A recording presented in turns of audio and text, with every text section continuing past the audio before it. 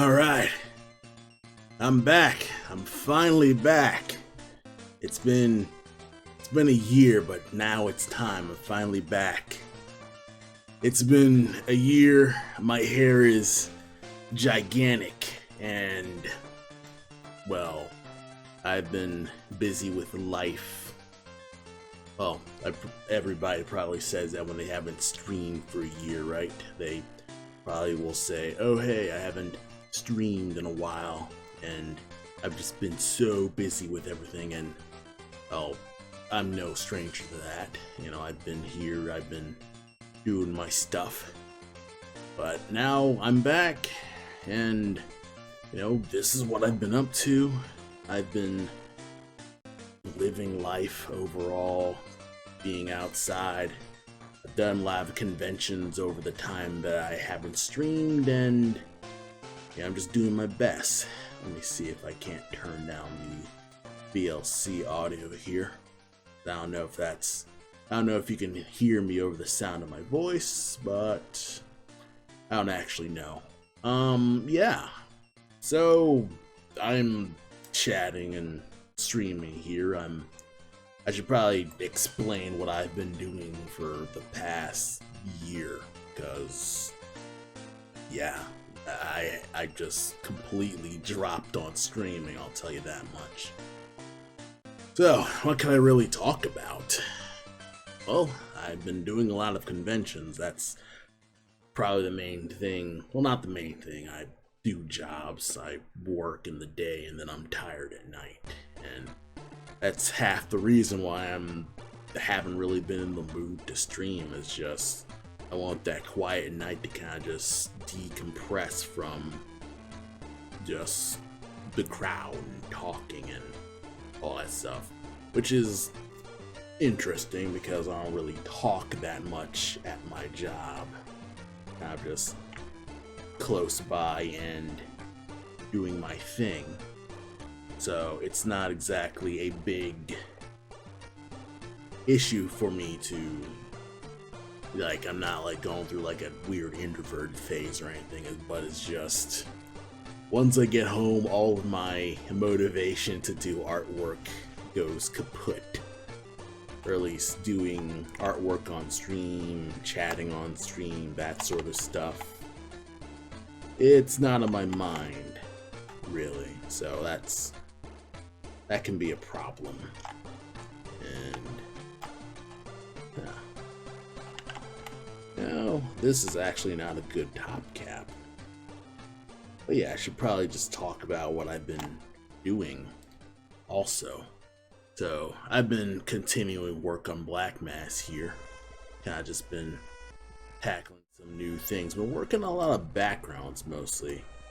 You're seeing new bear characters. Let me hide this here. And yeah, it's been kind of just me working on some basic cliff loops.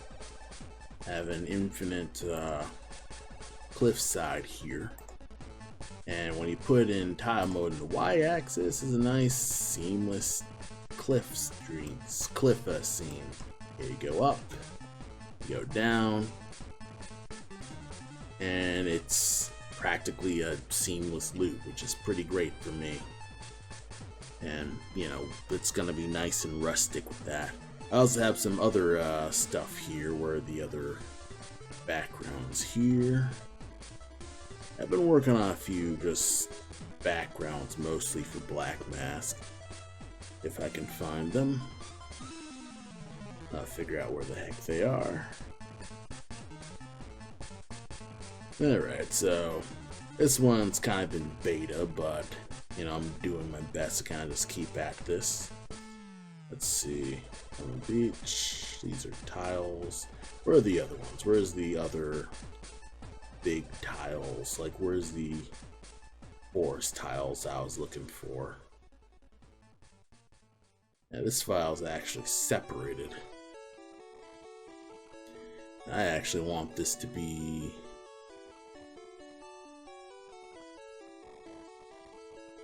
So here we have the basic bottom of the sea tiles here, and when you set up for it to go as far as the x-axis. Again, it's a nice seamless loop. And that's what I've been working on for the past few months and so. And working on some other things with bubbles. Let me see. Where's the bubbles? Guess I'd have to pop up the bubble list here. No pun intended.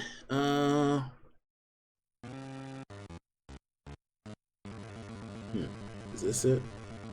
Oh, that's not it. But I've got a basic. This isn't the A Sprites file, but this is just a bubble popping.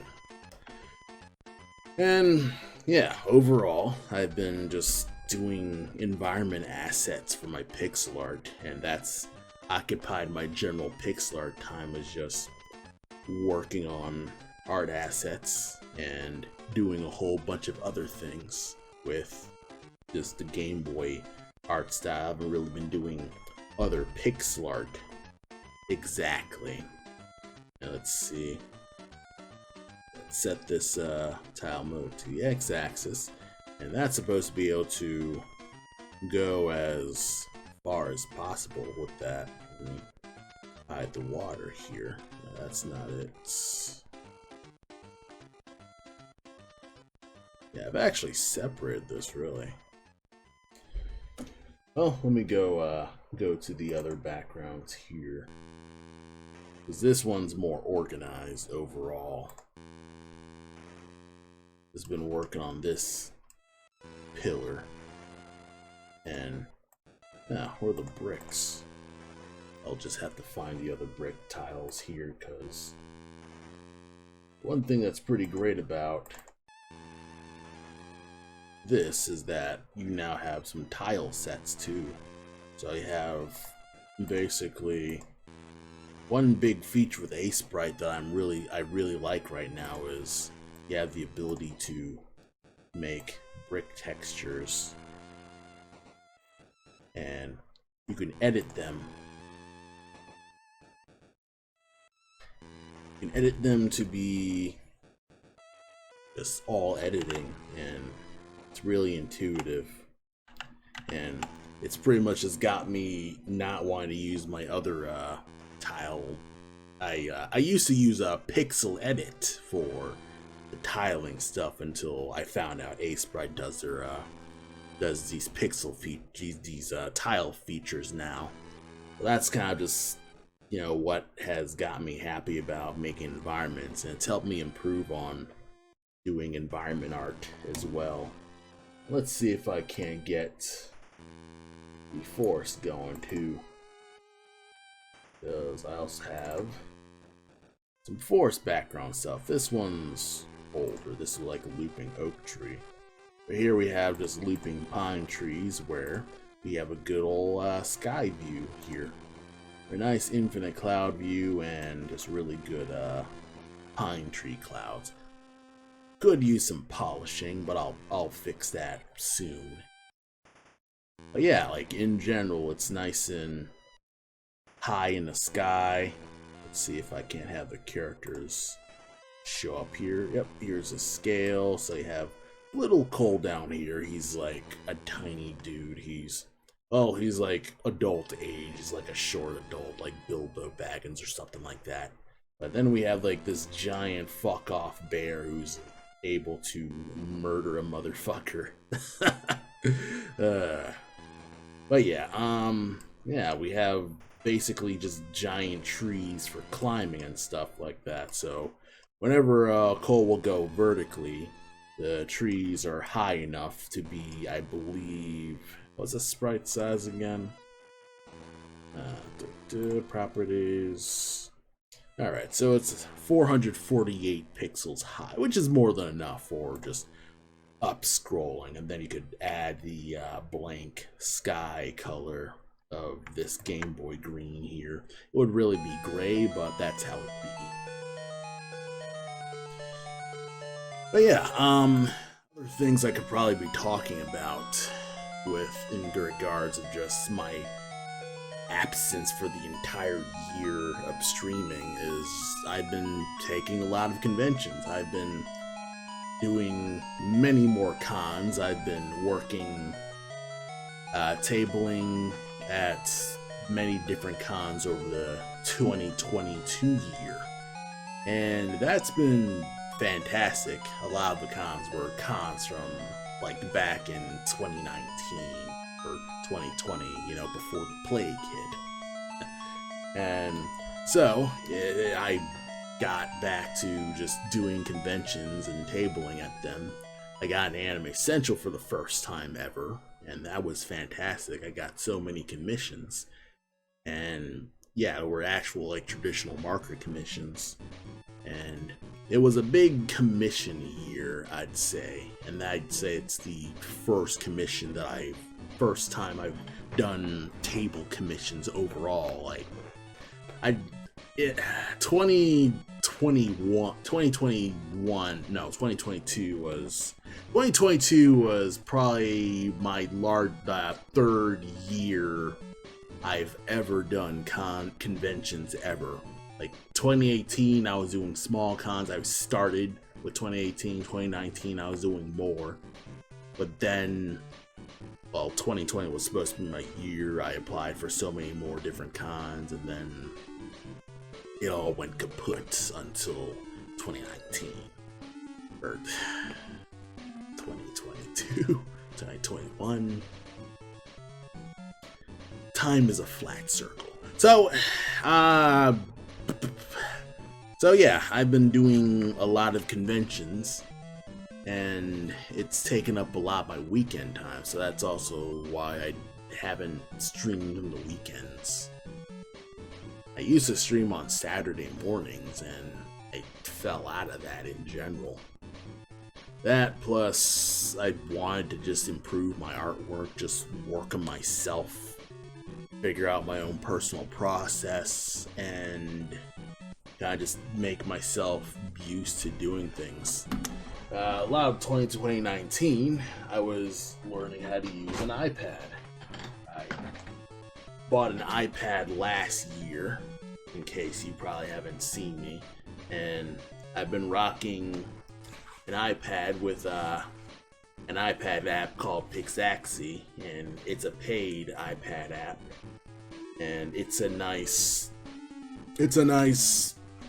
mobile variant of Aseprite. Really, it has everything that I want to use with Aseprite, with some small things. It doesn't have brush pressure settings. It doesn't have the infinite tile loops like Aseprite does. But in terms of belting out a sketch of a sprite, I can do that on my iPad, export it with an Aseprite file, and that's been fantastic for my busy days at my day job. I can take my iPad with me, keep it in my bag, and then where there are slow days where I gotta wait a lot, I draw on that iPad, and I'm able to at least get some work done if I'm not doodling around in Procreate or just diving into my sketch wallet and just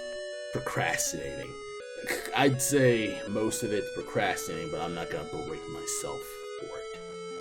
So, other things that I've just been doing for most of the year, I've been going to art galleries, or I've been going to one art gallery in specific. It's in Lockport, Illinois, so that's like northern Illinois for those who are out of Illinois.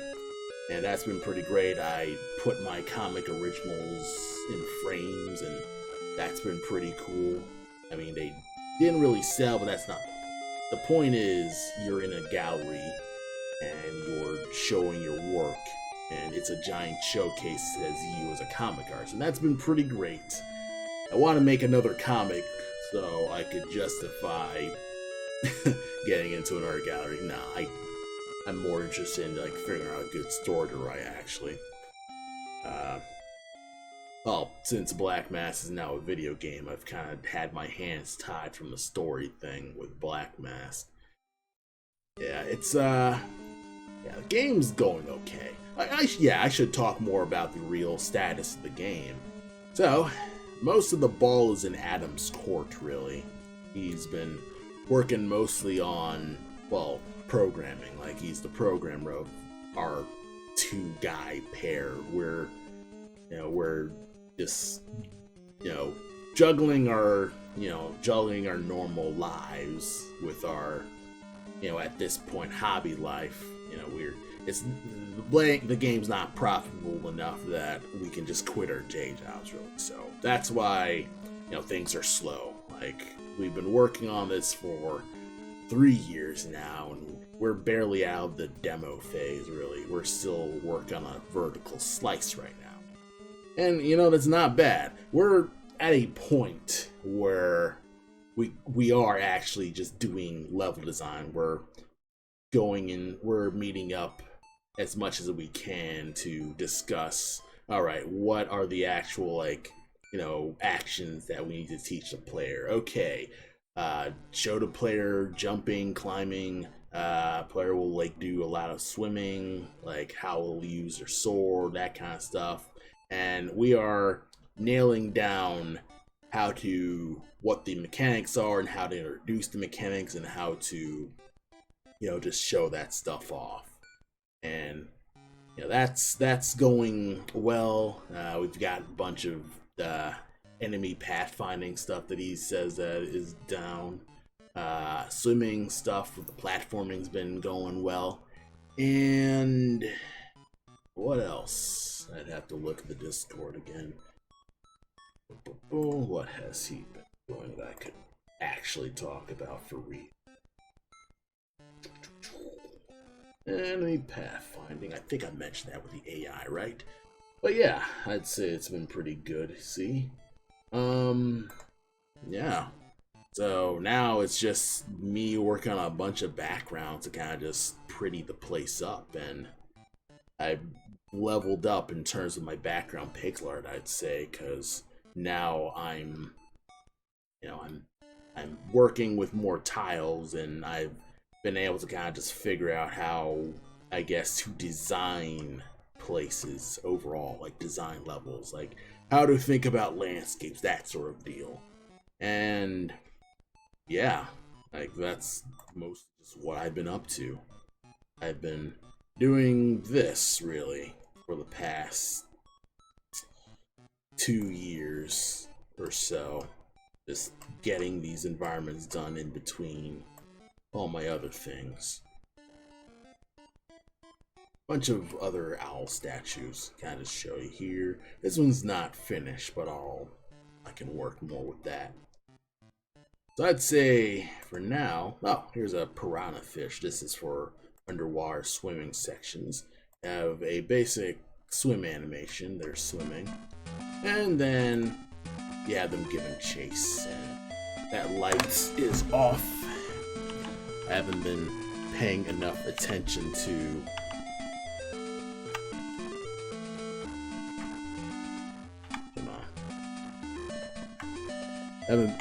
yeah, this one's a really new enemy. Like, it's the newest enemy, but it's also a super simple enemy. It's just a basic fishy. I could probably, yeah. Here you go, constantly perfectioning things. So that's kind of just how that goes. I could probably push you up.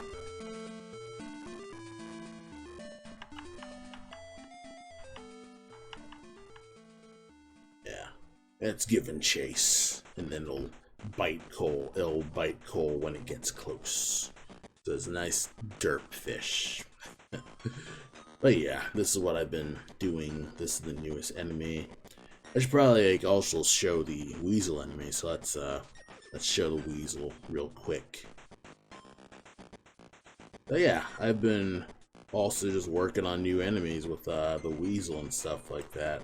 So this is probably the newest 2 enemies, and we have like a little weasel here. What is this? I don't know. I need to delete that layer, but yeah. I've been working on new weasel character, and right now I'm probably gonna call him Wes or Weiss or something like that. And This is a basic Weasel character, able to search and patrol. At least the programming should be there. Taking some damage, take some death and KO stuff. He probably would like pause. Does he shrink? Is he shrinking? Where's the tail? Oh crap, did I forget to put a tail?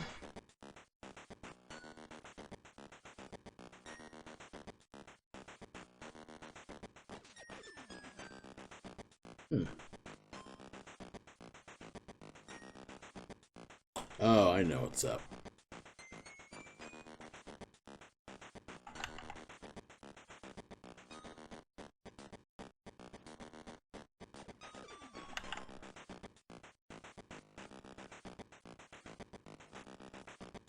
Okay, I know what's really up.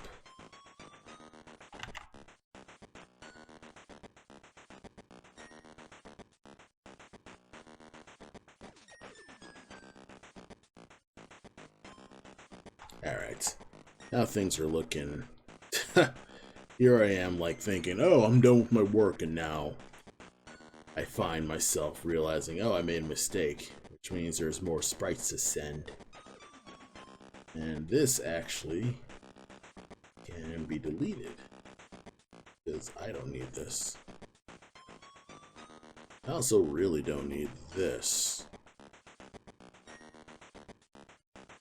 I can just delete this frame, couldn't I? Because I only really need the height. So boom, you're dead. KO.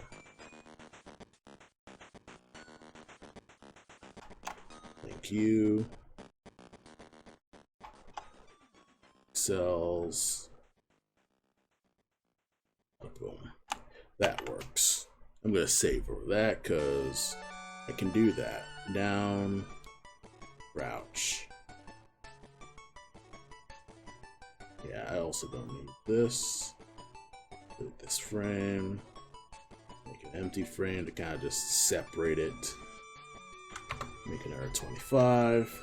Yeah, I'm gonna get to what I was supposed to do soon, but I'm kind of just going through these animations. Silly crouch animation where Weasel's down crouch. If it's unviable, I'll change it. Like if it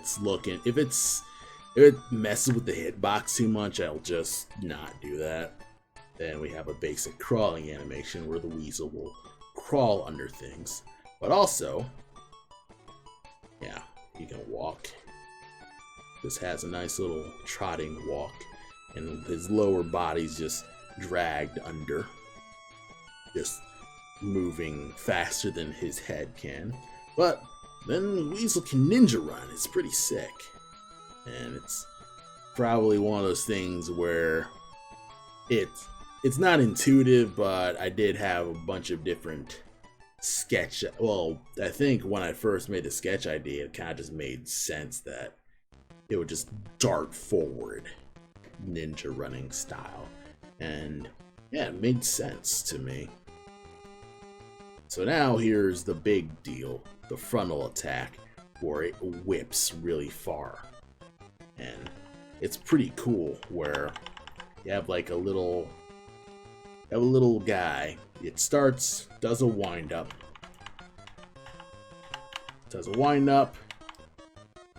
ready to shoot, shoots with his bottom body.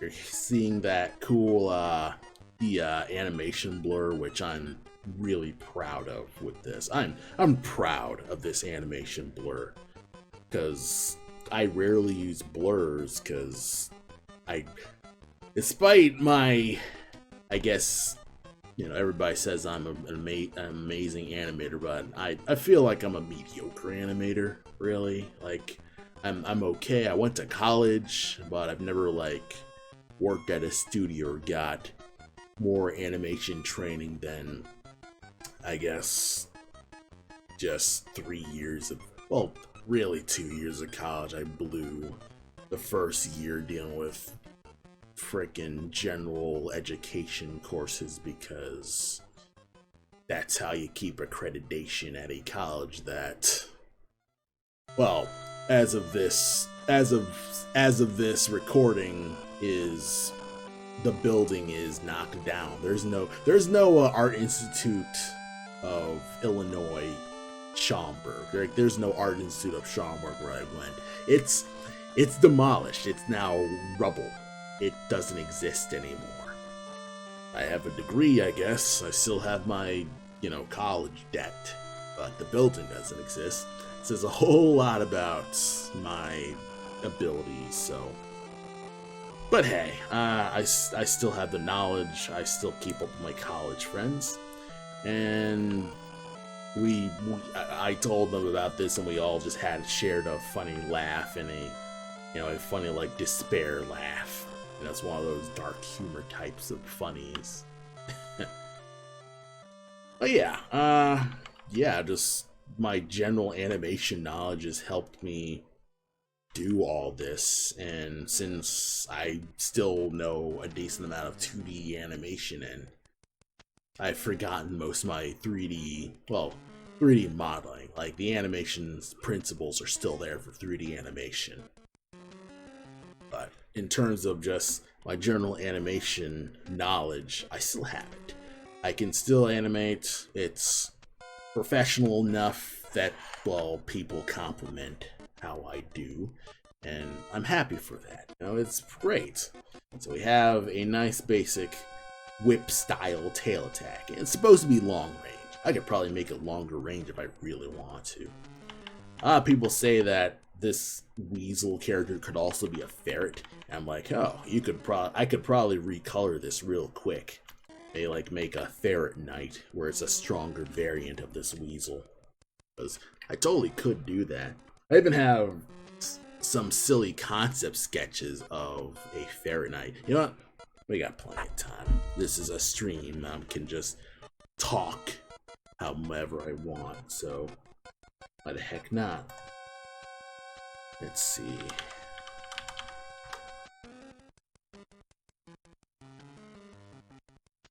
Ah, crap. I have my animal reference.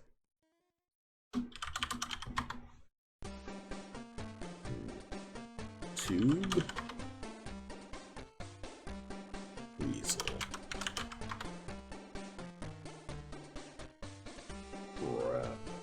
Oh, there we go. So I have some sloppier sketches of a weasel knight here. And we have a weasel knight whose armor is more set up like one of those tinfoil tubes. Have you seen the tinfoil tubes? I want to make the tinfoil tube stuff. And if I can find the other one where it looked more like a slinky. Let's see, how about spring? No, how about stretch? Stretch. You know what? This is close enough. This is really old art of what used to be known as the Stretch Knights. And this is pre doing Blackmask back when I was thinking about this as a webcomic. And it was this guild of knights who had the ability to stretch themselves or stretch their body parts. Like this orangutan, he could stretch his arms. This weasel, or actually it's wearing a mask, it could stretch his body. And this otter, he could also stretch his body, but I'm guessing he was different, maybe bigger, probably bulkier. But yeah, I still want to hang on to these ideas because it's a cool idea. Might even keep this design actually, because it's actually a half decent design. I also like the little neck floof. I think I haven't done a lot of animal art these days with the neck floof.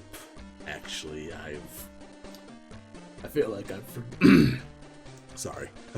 forgotten about it. So I should jump back into just drawing more scrimblows like that. Actually, I should just draw more animal characters in general, or at least, what I mean is I need to do more animal studies. It's been a while since I did some real animal study stuff. So that's kind of just been what it is. This animation is also another animation where the weasel's just using their stretchy body ability to do cool stuff. So I'd say instead of jumping, this weasel would be able to stretch all over the place. So if Cole's ever above, Weasel could just stretch and attack him from there. And, you know, the AI still isn't ready for that and hasn't really added a lot of those moves, really. And here, a high forward attack. So if Cole's higher than him and forward, you can just hit him in a corner, probably like sneak attack him. That's kind of just how that goes. This looks like it's not done. Or maybe it's actually supposed to be hang time.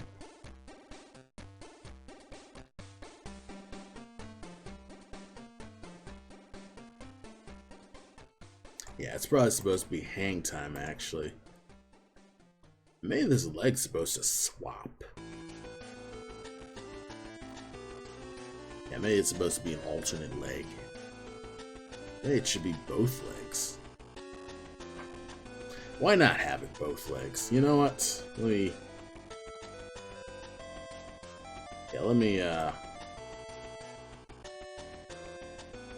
me make a duplicate where it's just both legs down. Yeah, this is gonna be fast sprite down where I just indulge in doing silly crap. It's not silly crap, it's my art. I can choose what I want to do. And if I want to work on a weasel sprite and procrastinate on my environment art sprite, I can do that. This is my stream, I can do what I want. I'm a stud, you know, you gotta big yourself up, you know, you gotta get yourself proud to just be yourself. Because it's not easy to be happy to be yourself, because, you know, you'll live your life and you kind of like, yeah, this ain't gonna work. Or at least this style isn't gonna work.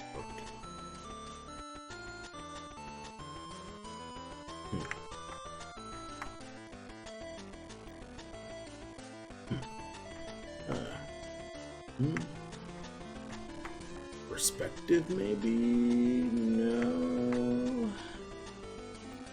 It kind of works.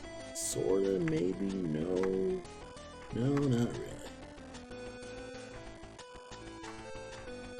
Maybe like add some bulk. The sprite kind of just add a bit of leg curve, maybe?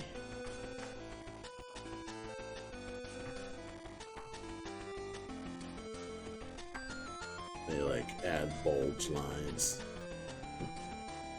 It's yeah, it's probably not gonna work. So I'll just stick with this for now. I'll at least save it just in case. So that's kind of just been my new notable enemy, the weasel. Let's see if I can get a bear here as well.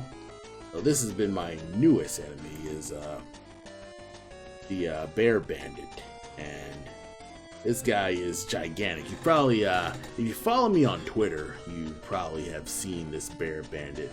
Let's see if my commands still work. Does that work? Do I still have commands? No? Well, I'll just say twitter.com/masterfran. Hopefully this works the link. And you know, if you want to see it, you see it. Twitter.com/masterfran and at masterfran. Even if it's on fire, I'm still gonna be there till the ship sinks. Oh boy. But yeah, that's also just where I just put you know, all my personal artwork. It's not the Blackmask artwork. Now, Blackmask actually now has a new website, so blackmaskgame.com will take you to information about Blackmask, and it'll just take you to basically our main base for still the WordPress version. You know what? Let me open it incognito so you can just see the true. So you can just see the true game site.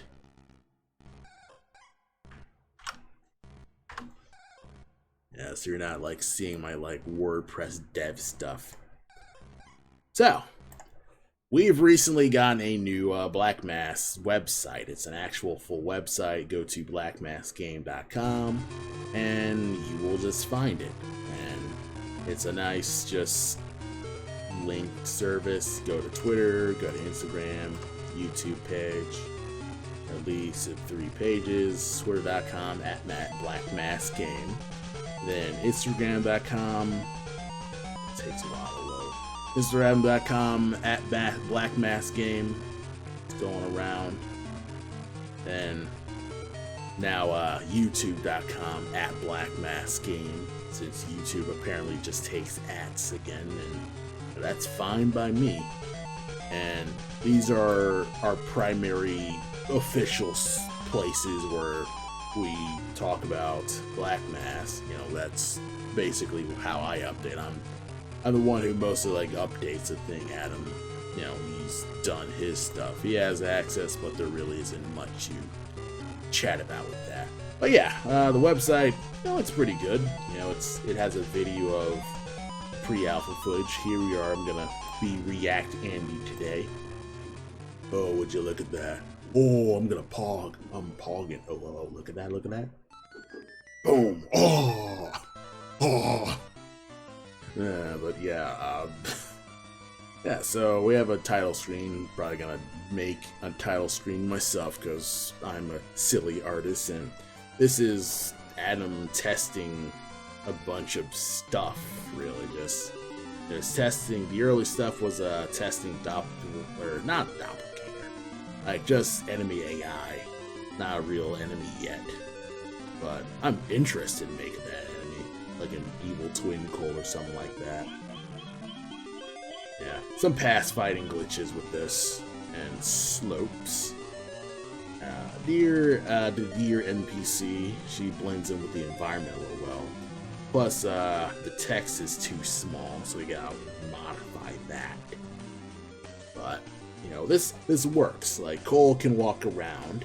I don't remember if Adam had this in the had running in the build yet. Yeah, the rolls in there. I think this build was made before running was a thing. Let's see, got double jump in there. Yeah, we actually had a massive restart back in 2020 because Adam, I mean. Pardon me.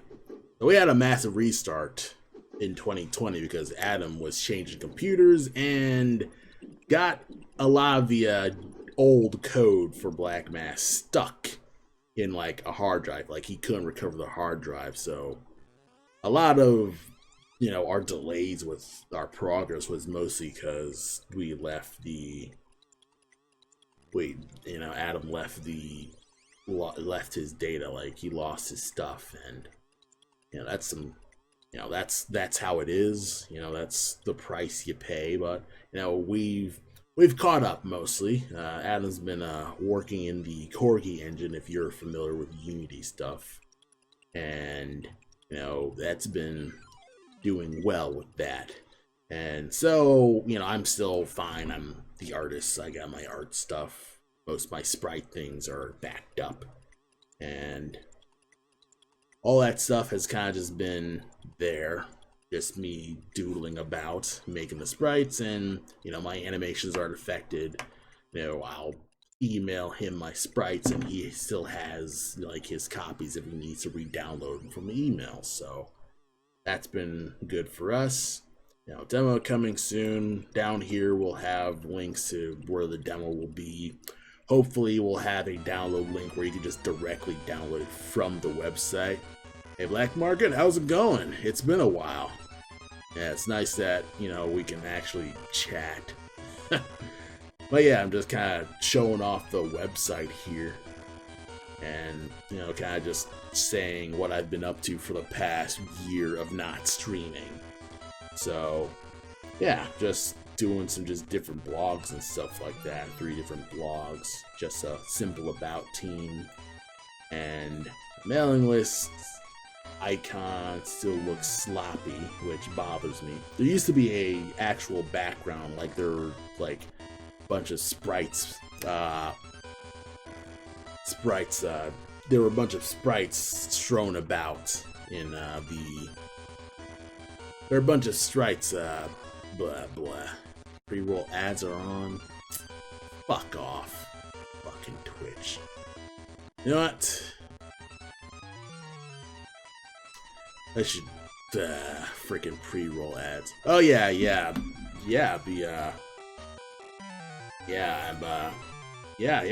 I've seen a lot of stuff with Penby's pixels. It's been pretty great.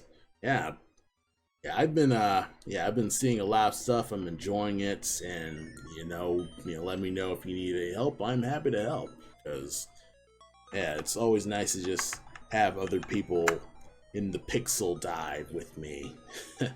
And Adam, we've recovered from the drive stuff, and we're in a decent spot with that, so we're doing what we can. So, what have I been doing? What do I need to do? Yeah, she's having a great time. I haven't been posting any of what I've been done, since it's mostly turnarounds in my head. Yeah, that's fine. Yeah, I'd say, like, overall, it's kind of just been, one of those things where, personally, I've not felt, this is probably just me sounding hypocritical, but I haven't felt that interested in posting art as much. And here I am, like, drawing a lot on my phone and using the Artflow app to basically just force myself to work on a tablet more often. That's basically it. And, like, in an age where freaking artificial intelligence art is popping up, and it's like, oh, I picked a hell of a time to decide not to use paper. It's one of those dumb things, and I try not to let it get to me too much, but it is what it is. If it gets completely out of hand, I still got paper. Like, that's one thing that the freaking NFT people and AI people don't really know, is like, what the hell are you gonna do without a computer? Like, some Brazilian in, not Santa Monica, São Paulo, I think that's the capital of Brazil, I'm not sure. But yeah, like, some person in a third world country who probably doesn't own a computer or can't afford a computer, like, they can do art without, paper. Like, drawing on paper is, it's still a valuable skill. Like, drawing on paper, that transfers. Like, that's kind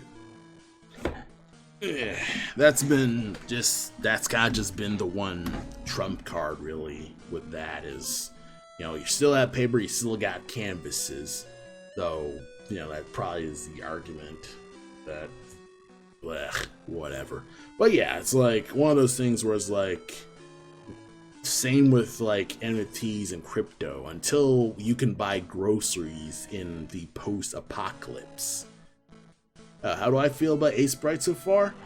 That question should be for you. I've been using Sprite for 3 years. It's my primary pixel art program, and it's been great, honestly. It has so many features that I really like with Sprite, with the ability to have infinite tile views. Like, you have like a tile mode where it can scroll infinitely vertically, and then you can work on it. You can just work in it, and it will seamlessly loop. You see all the way up here. If you work on the bottom part here, the other bottom part goes as well. So, it's seamless. It makes it easier to just do seamless loops like this. Same with horizontal. You work on that, and look, the little corner has that too.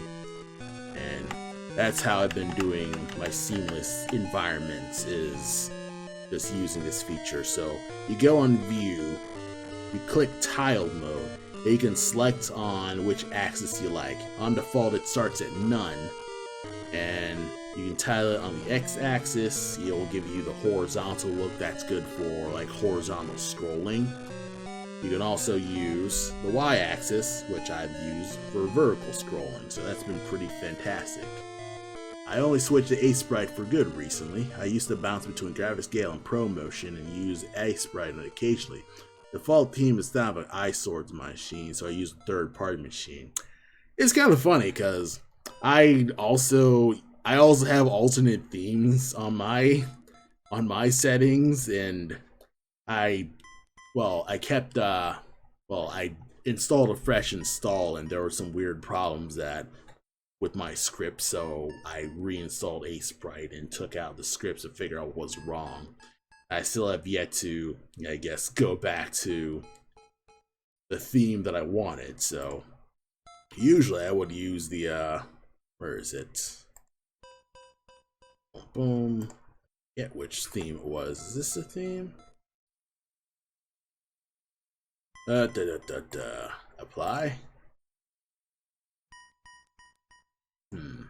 Apply.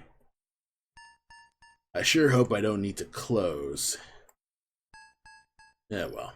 If it doesn't change the theme, I'm not gonna fret too hard about it. It's pretty similar. Like A-Sprite theme, like its default theme isn't too offensive to me. I'm okay with it. Yeah, use a Dark Mort theme yourself. Actually, I think I do use a Dark Mort theme, but I'd need to see it again. What was I doing again? Oh yeah. Right now I was working on a statue. And here we have a little end capper here. But yeah, I actually own ProMotion too, but I bounced off its UI a bit. Like, I don't know why. It's just I like A-Sprite's simpler UI a little bit more than ProMotion. Though I haven't really given ProMotion that much of a chance, but I like A-Sprite more overall. Like, yeah, Pickaxe. I use Pickaxe from for the iOS for my iPad, since it's the only I'd say good pixel art program there. So I'm a big advocate for Pickaxe or Pixaxe. And yeah, that's been my primary pixel art program. And yeah, on my phone, when I've been doing my phone drawings, I use a Android app called Artflow, and it's been pretty good for me. I figured out some better brush settings for that, and I've been just decent with that. Pix 2D is pretty good for on Android and Windows. I'd have to check that out. Pix 2D. Yeah, I should find like an actual like pixel art program. I found like Pixel Studio on Android, so I'm trying that out. It's all right. It's got a cramped user interface, but it's like a phone thing. Have I ever used Concepts? No, I'll try that out too. Concepts. Yeah, I've been told about Heavy Paint as well. I use Heavy Paint. What else? Ibis Painter. Ibis Painter, yeah, I haven't used Ibis Painter before, but I've heard of that one as well. Apparently it's the one that's closest to Clip Studio Paint, which, that's pretty good. I want to try that as well. What else? I'd say in terms of just phone apps, that's been just my big thing, is using Artflow right now. As I use the rectangle brush in Art Pro, and I modified it to my general settings. The one thing that I've also realized is a lot of my default settings with Artflow have been on 150 DPI. So that's kind of why I feel like it's easier to draw, because since the lower resolution means like it flows a little smoother, you don't have that weird, I guess, stiltness. It's tough to explain. I feel like when I'm working at 300 DPI, I still feel like I need to press down hard on my tablet in order to get a line that I really want. Like when I'm really light on the line, it still feels flimsy, weirdly enough. So that's been pretty alright. I've also been using Art Studio Pro on Apple or iOS on my iPad, and it's really promising, I'd say. The UI is much simpler than Procreate. I like its default pencil much more than Procreate's default pencil and the True Grit texture pencils. And like overall, it's pretty great. You might really like the feel of concepts. It's kind of vector, so it lays lines down fast. Okay, all right. Yeah, I used to use Flash sometimes, so I'm a little skeptical of vector line stuff. But you know, I'll try it out. I'll try out concepts, because you know I'm making this the year of learn the software, you loser. You are not helpless. But yeah, it's been like that. You know, Blender's still installed on my computer. I should learn Blender. I don't really need to learn Blender right now, but you know, I've seen people's Blender models, and you know, back when I went to college, 3D modeling, I've always been jealous of people who could do 3D modeling really well. People say that my 3D models were okay when I did like my old movies and stuff like that. You could check out my YouTube page, or better yet, I'll link to the Newgrounds page, because my Newgrounds is kind of dead. So that's the only movie that I have is Newgrounds. So.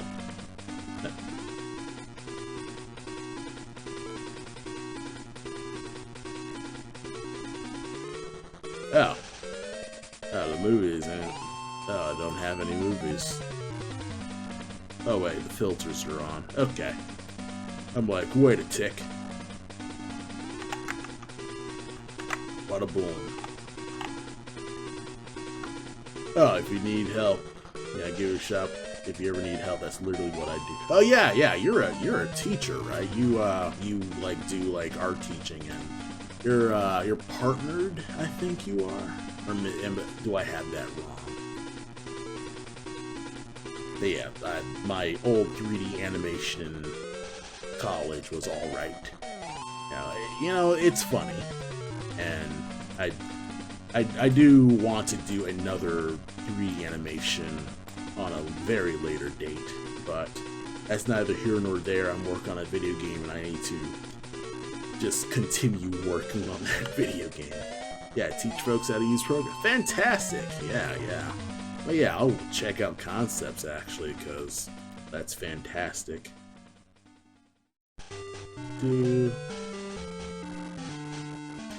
What I need to do actually is I need to make a basic. Oh yeah, this is supposed to be an end cap actually. So one sec. Yeah, this is supposed to be an end cap. Let's see.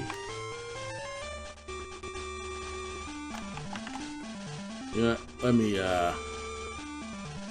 sprite size, canvas size. Another cool thing with Sprite is you can just type in the formula for ×2, like 384 pixels height ×2. It automatically just gives you the real height. That is something that not even Clip Studio or Photoshop has. Like, it's incredible. So my mind is blown on that. So I love Sprite for just giving me the ability to do that. And this end cap actually does not work, which that's gonna be a problem. Here I am, like, realizing that this end cap is not viable. Grid settings. Yeah, I might need to make another end cap to kind of just figure out what's up with that, because this was supposed to be the top of the thing. So if Cole climbs all the way to the top, This is supposed to be a background element where it's supposed to seamlessly transition to the top part, but I guess I missed out on that. I'll probably need to figure that out on a later date. But what I need to do right now, I'll loop. I will duplicate this.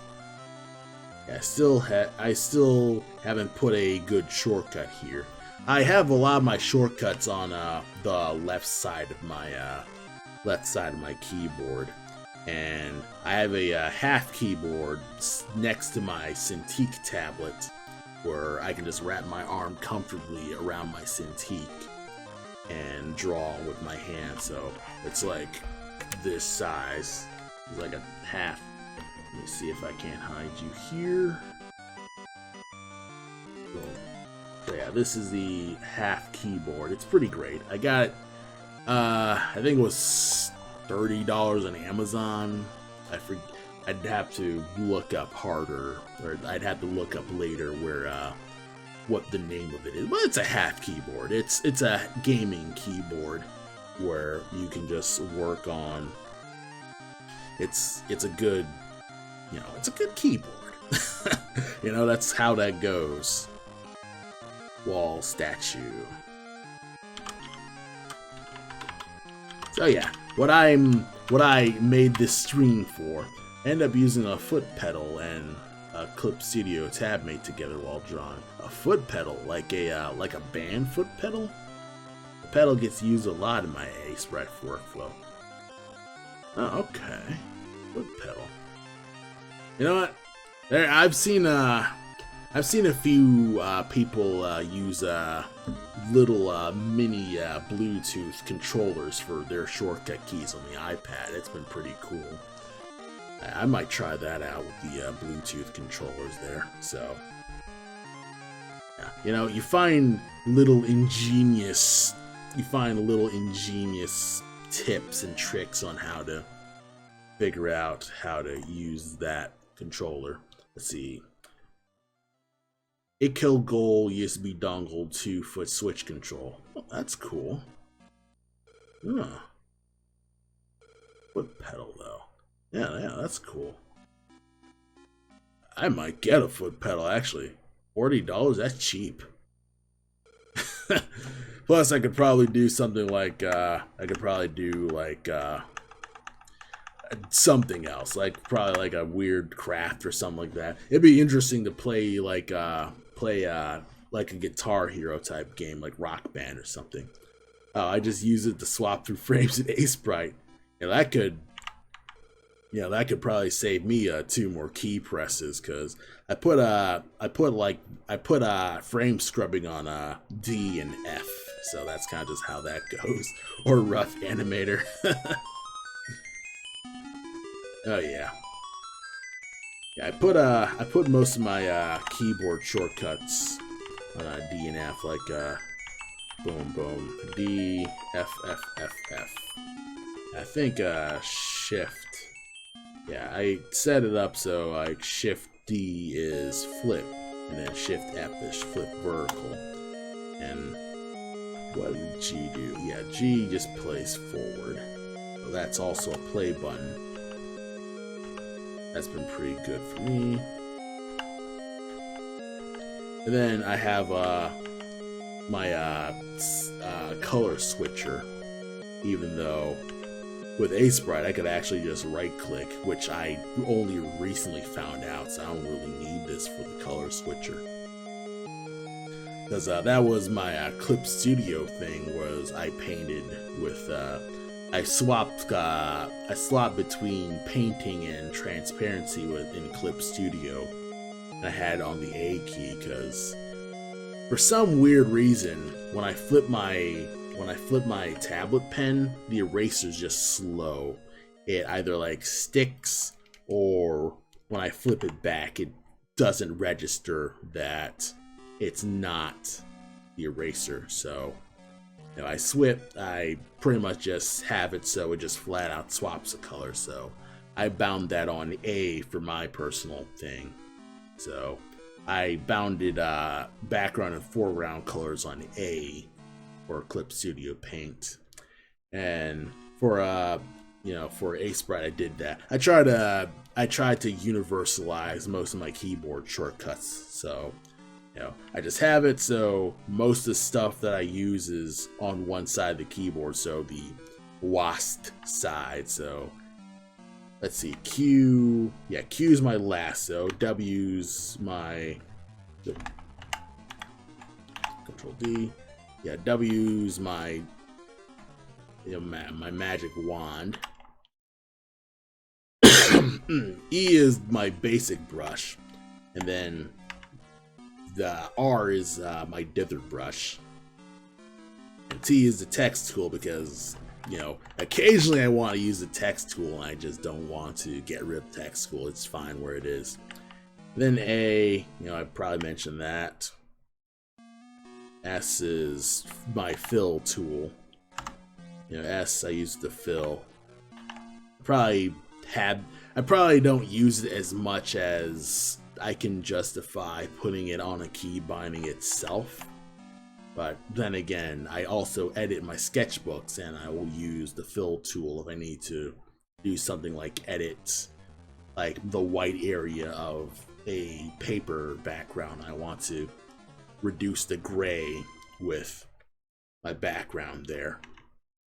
So I usually just have fill tool there, and then D and F are scrub through animations for all my animations. I also have it on a Clip Studio Paint, but I actually set that up on a certain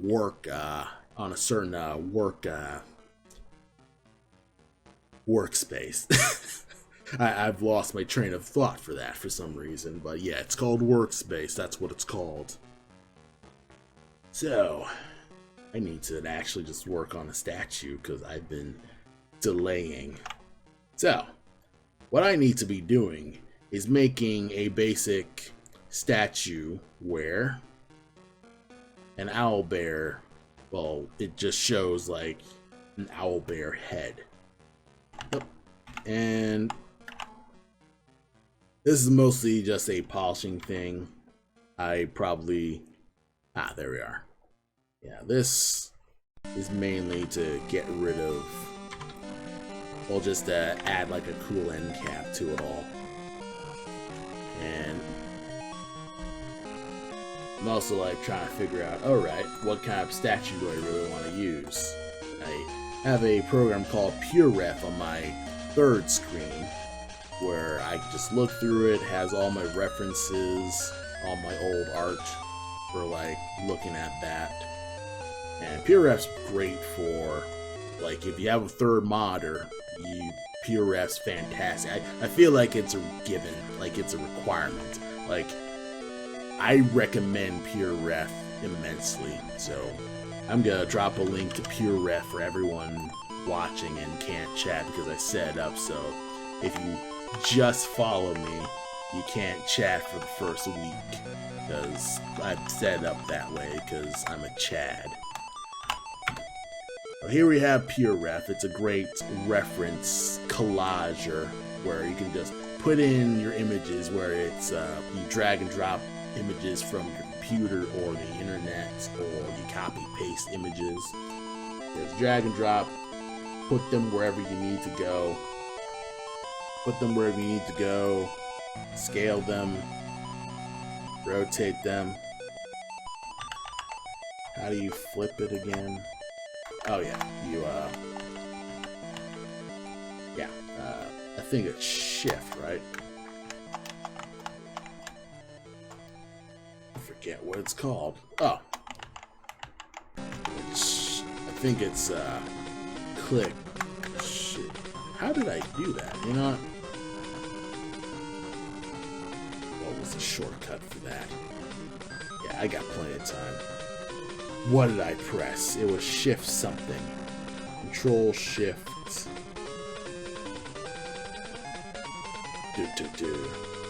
It was control shift something. How did I flip that?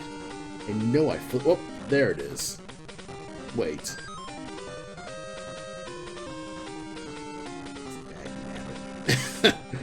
You know, it's kind of just one of those things where I know what I'm supposed to do, and it's not showing me. Okay, it's in this list somewhere.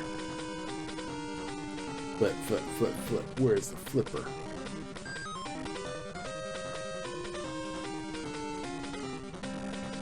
Line, transform, no. Controls, pan, zoom, rotate. Flip, left mouse button and alt shift. Oh, blech, that's a bad shortcut. This left mouse button is a basic alt shift.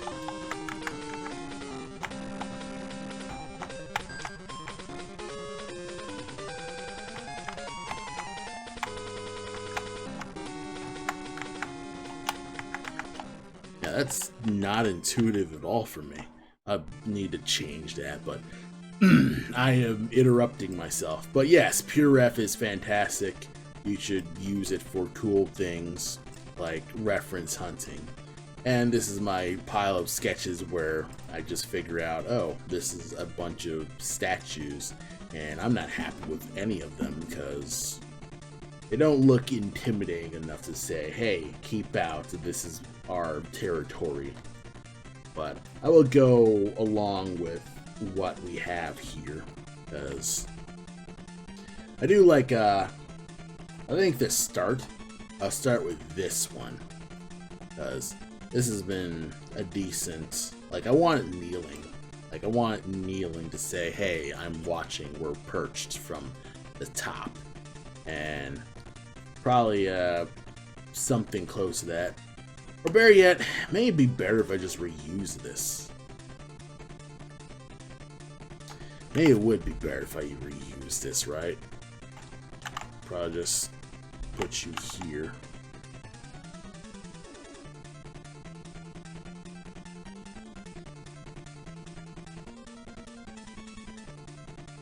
And like make it slightly bigger.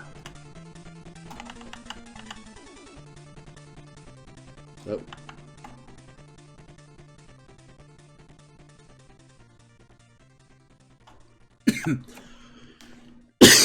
Pardon me.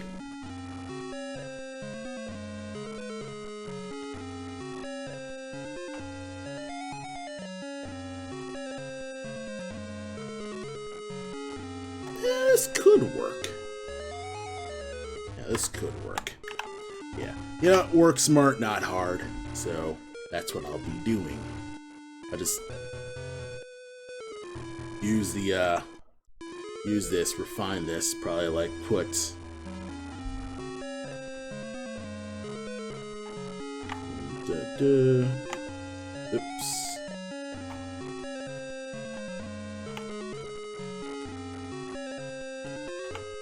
Yeah, one issue is I don't have all my shortcuts to every bind that I need to, so I don't remember which ones are needed at what time.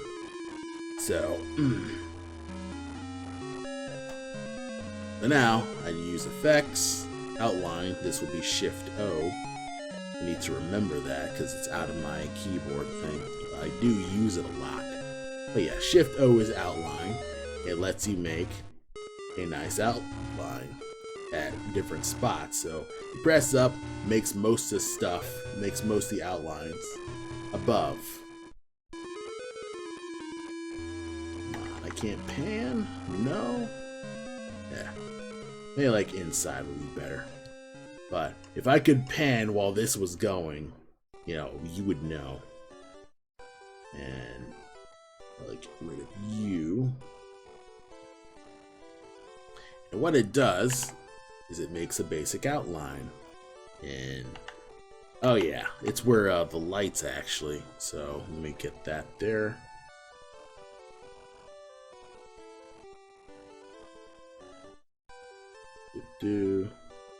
Okay. So wherever it's black is where it will color it. So it'll be like that.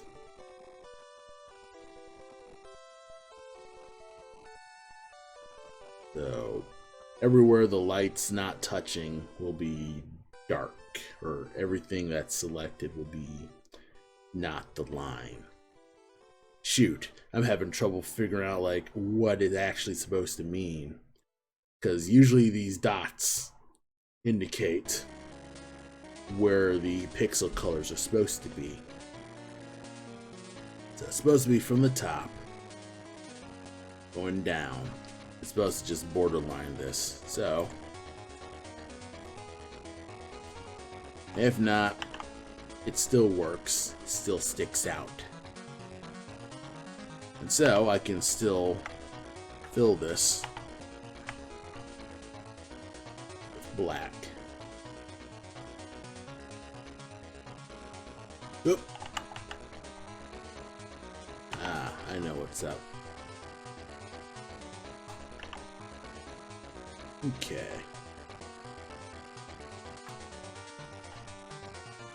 And this like reduces it down to the actual proper background size where it looks more like a rock. And so we can push you larger. You know, get a little more cliff going here. And since this is the end cap of the cliff, like the real end cap,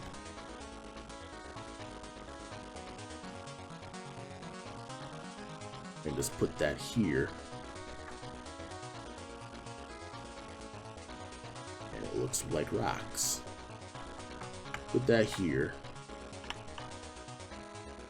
Oh yeah, I used to also have it, so I'm used to Clip Studio giving me the ability to control middle click to shrink my brushes, but Aseprite doesn't have that, so I have to physically shrink my brush again.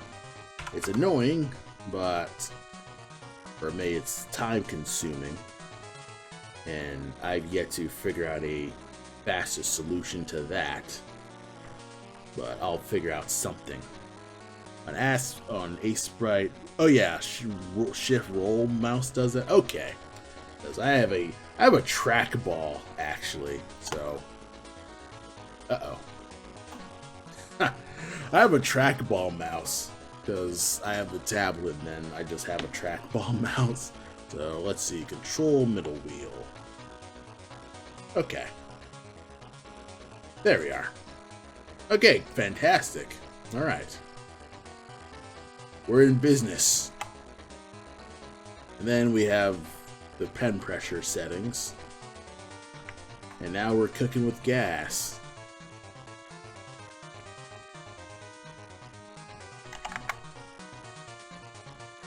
And I'm still always just used to just, what's it called? I like eyedropper painting still, even though I could just set up so I alt click while painting, and that would save me maybe 2 seconds. Oh yes, I should stretch too. Hey Rock, how's it going? Control middle wheel and control also the brackets. Ah yes, the brackets too. Like always, like the brackets also work. Yeah, but again, it's like, oh, I keep my right hand away from my keyboard because my right hand's on my tablet, so it's kind of like everything is away from me. But yeah, it's one of those things where I'm just working on a bunch of stuff, and it's kind of funny because I feel like I've done no work really. Because I pretty much just dragged. I was expecting to just draw a whole new statue, and I'm like, you know, why don't I just use a statue I've already drawn? And it's more than enough. So I guess I apologize to the people who are hoping that I would like do real, like from start to finish pixel art, but really it's kind of, I'm game developing, so I don't need to do things the long way if I don't need to.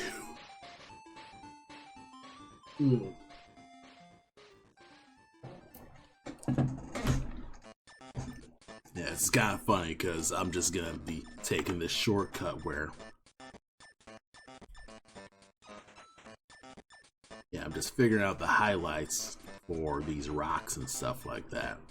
Kind of just figuring out, all right, rocks are facing all this way, so I'm also just emphasizing the dark shadows and kind of just figuring out, okay, light's here, dark shadows there, so light's going to light up these rocks here, and I could probably just get rid of this line. Oop. Put you out of contagious. I could just bolster this more. Yeah, I could simplify most of this. Oop. Oh yeah, I can't control fill.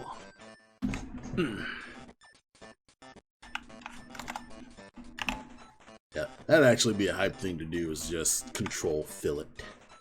Where I could fill it with the alternate color. But I'm not gonna fret too hard about that. Let's see.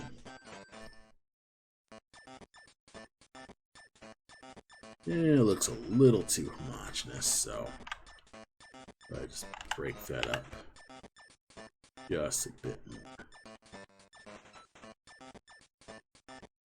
Break it up a little bit more, just break up the shapes here. Oh yeah, that's why I had it, because I kind of want to add an arc where you have like the rocks here.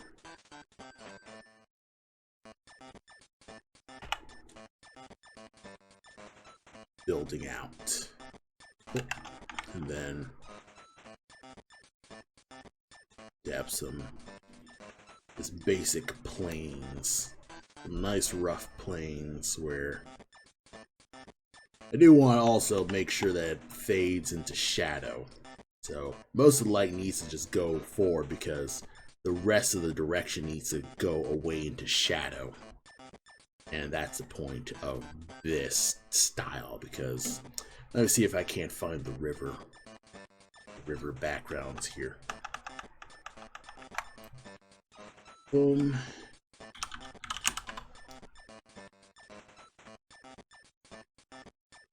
Oh yeah, the river ace site is already out here.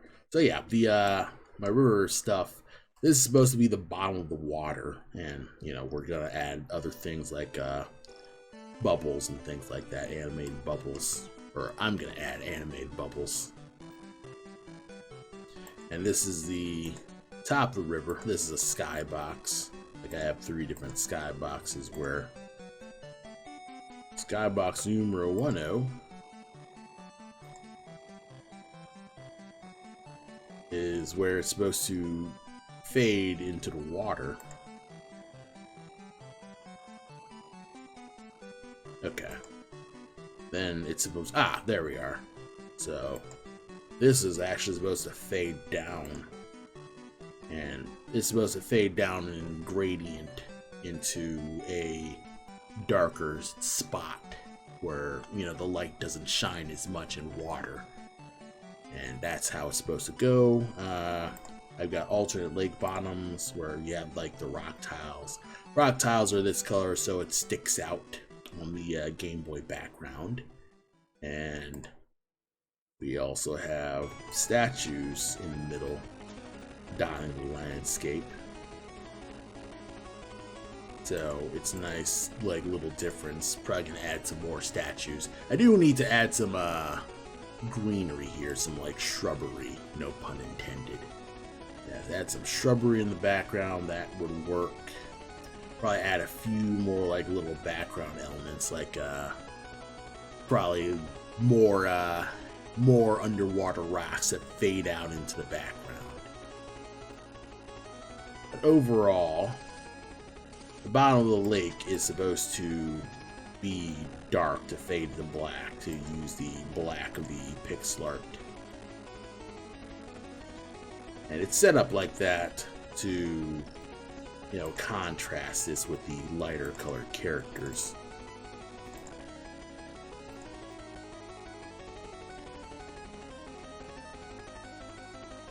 don't know why I double click that, but there it is. Yeah, characters, they stick out pretty well.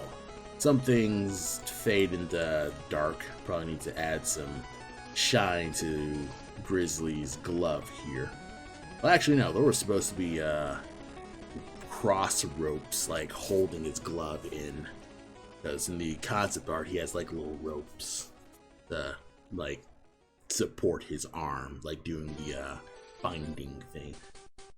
And yeah, it's gonna help stick his gloves out more, so I probably don't need to do that. I'll figure that out as I go. He's not animated yet. I built this sprite mainly to just send to Adam to see if this Grizzly character is even viable. Like, would I be able to like have him large and still able to move around? So that's why he's here. He's sort of this, I personally imagine him as sort of a wandering mini-boss, like Mr. X from Resident Evil 3. I mean, Nemesis from Resident Evil 3, Mr. X was from 2. But yeah, like this big, like, optional challenge boss that you're supposed to sneak around. And Cole is a little teeny baby.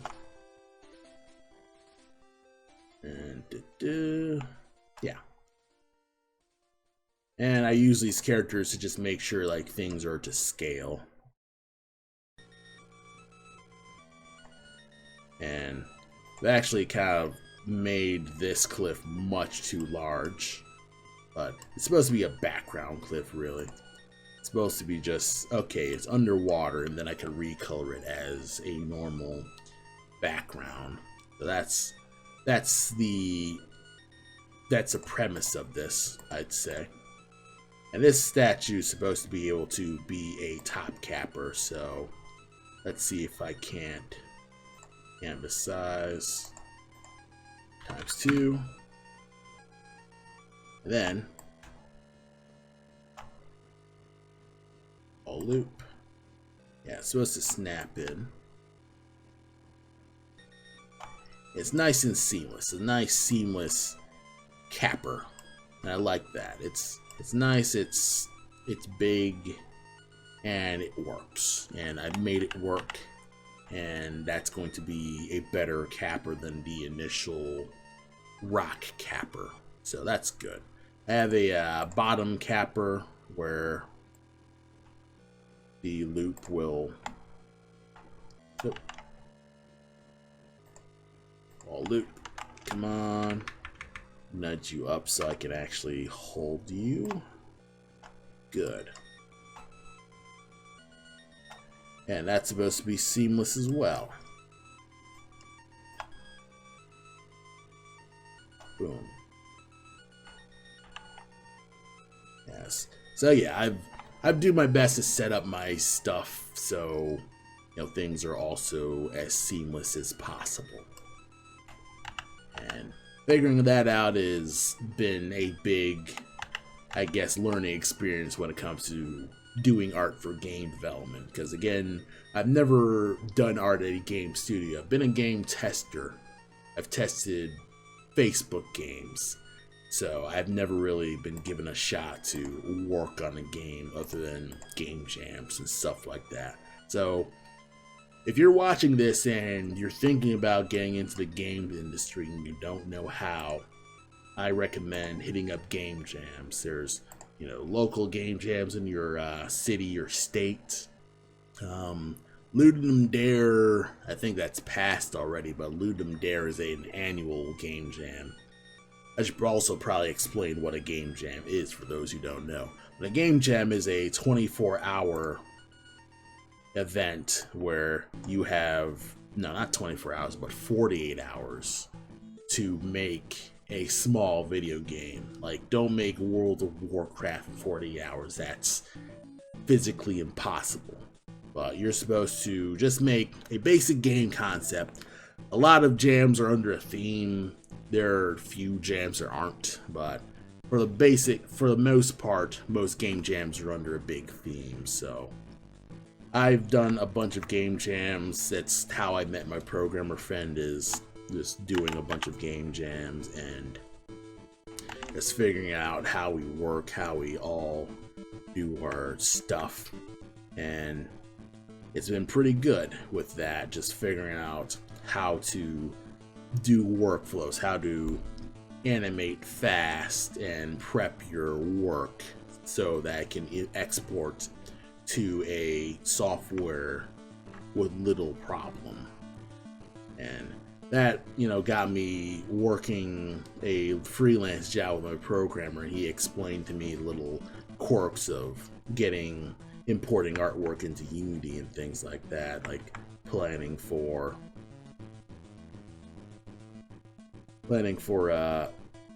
setting up your sprites so that there's a 2 pixel wide berth, so it's not it doesn't get tangled up in your other sprites, that sort of thing. And it's a lot of game design stuff that I hadn't considered, so that's kind of like one of those things that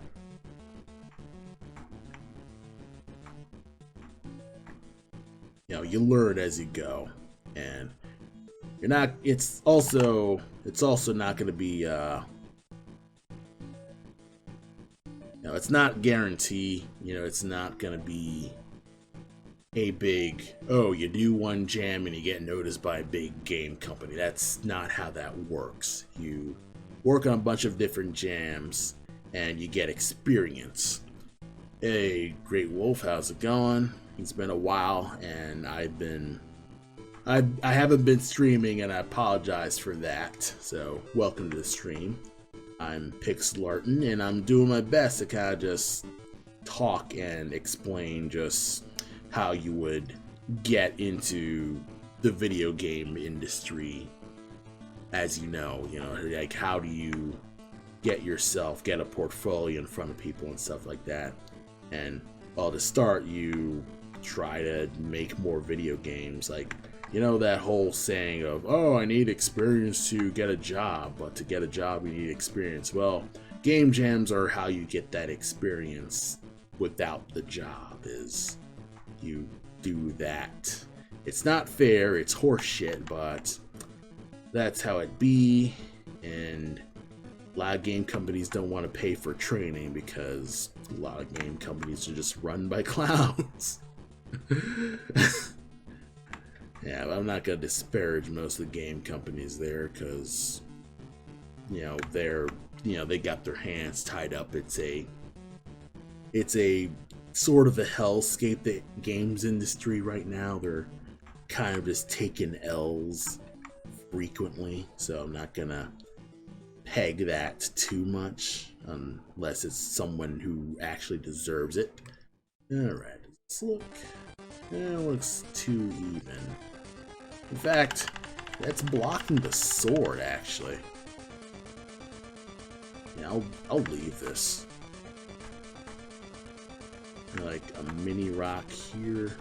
Other than that, that should be good. Like a mini rock to kind of just push this forward. And maybe a few more pixels to push this line more, to kind of just say, hey, this is a thicker area. Clean you up just a little bit. It's kind of weird because I'm being a weird perfectionist about jaggies when these are rocks. They're supposed to be a little bit jagged. And I think that's probably the big thing that was holding me down in terms of getting myself in the mindset of working on pixel art backgrounds. Is with the characters, they're elaborately, the line art is immaculate overall. There's no real jaggies in the character line art, but the background stuff, I can get away with jaggies because it's a background. Nobody needs to be looking that deeply into it. I could probably put a shadow right here to break up this area. That could work. But push the shadow more. Push the shadow so it looks more like it's going in.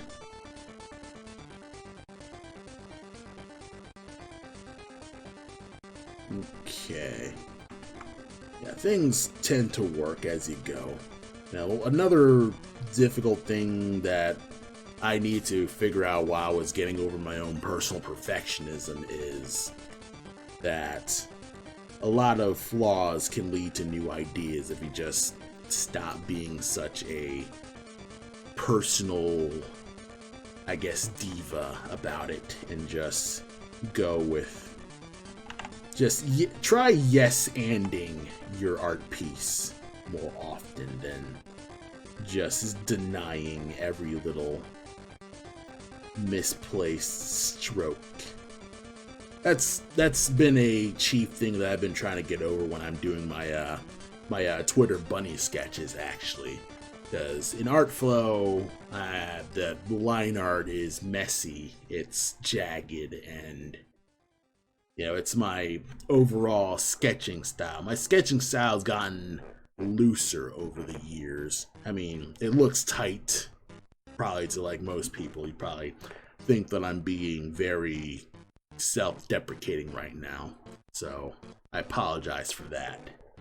But I see my style and I feel like it's extremely loose with my penciling, at least compared to big comic book artists and how they pencil. It's tight AF. You're seeing real line strokes, and I'm kind of like, wow, that's a lot of detail that I haven't been able to stuff in because I get lazy, I get tired, it doesn't get easy to figure out the funny little quirks of drawing incredible detail, because drawing detailed is, I feel like I'm not as detailed as people think I am. Like, people say that I am well detailed with my art, and I'm glad people find that.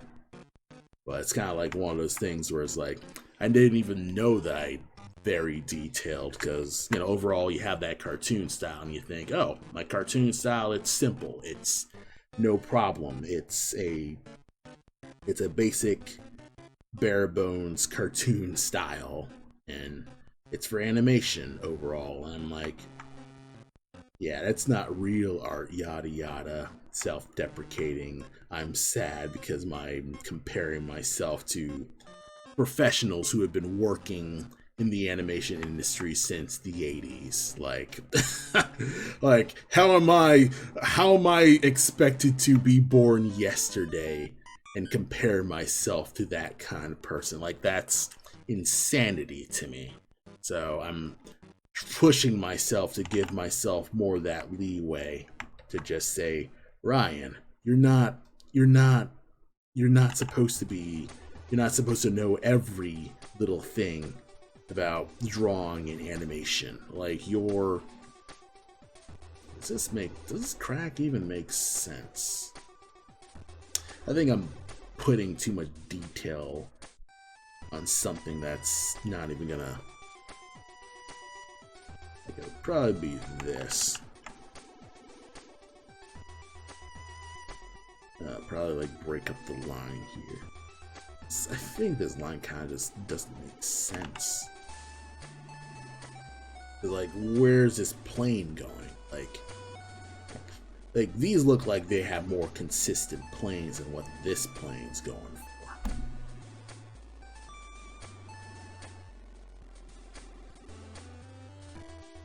I should at least save, though. That's a good idea, saving.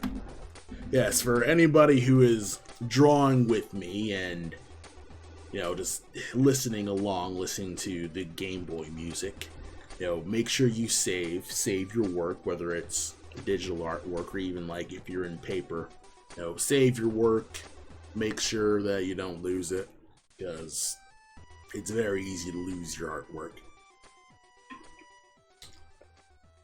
It's very easy to lose your artwork by not saving as often as you need to. And if you've already saved, if you feel like you've already saved, save again anyway. It costs you nothing to save twice. So That's the big PSA for the day is save early, save often. You will thank yourself. Now, why don't I use my perspective lines? Because I should use my perspective lines with this. Because I used it for the other loops. I mean, it looks fine. Yeah, I'll let that go. Instead, these characters kind of just look at the overall thing. Yeah, that looks alright. Like looking so far away and zooming out to kind of just see, okay, what am I doing right? What have I done so far? What's working? What's not working? And kind of just a fast self-analysis. So far, yeah, so far so good. I could thin out the line right here, push you a little bit thinner, and then I could work on adding more depth to this owl sword. So let's just do that. Yeah, we'll leave that because that is supposed to, you know, give it some grit to the statue. So we'll just do that. Add some notches to kind of just push away at the rocksters, because this is supposed to be stone, and this is supposed to like not be perfect stone, but more just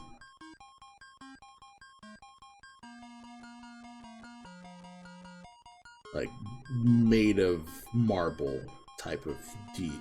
You know, it's a marble type of deal. It's supposed to be made of stone. Add like some a thicker line down here for shading. Like add one more for shading. Add like a little notch to kind of just de-perfectize it. That's not a word, but I'm gonna make it a word. De-perfectize. Clean up the jaggies here, because it's jaggier than it should be, I'd say. Like, I'm trying to clean up the jags that make it more boxy, I'd say. Like, that would probably count as a jag that probably needs fixing, is just clear out jaggies that make it look too boxy. And it'll make it look much more natural. Boom, boom. Yeah, should I make this spot black? Yeah, let's do some experimenting here. Should I make it black? How's that look? That looks fine, actually. That looks fantastic. It looks like it's hitting light. Pushed out here. Yep. And a bit of a slight reflection here. Boom.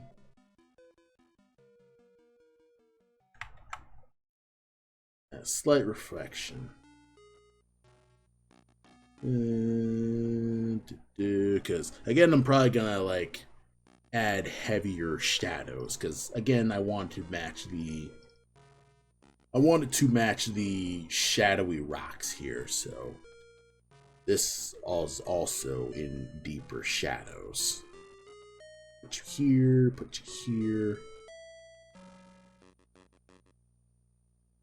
Also just add some stuff here. A little thick and thin, as this cape's supposed to represent wings, so it's kind of just one of those things where I realize that I've made a lot of these statues without thinking of an actual final design for the owl bears, like what they would actually look like if they built statues.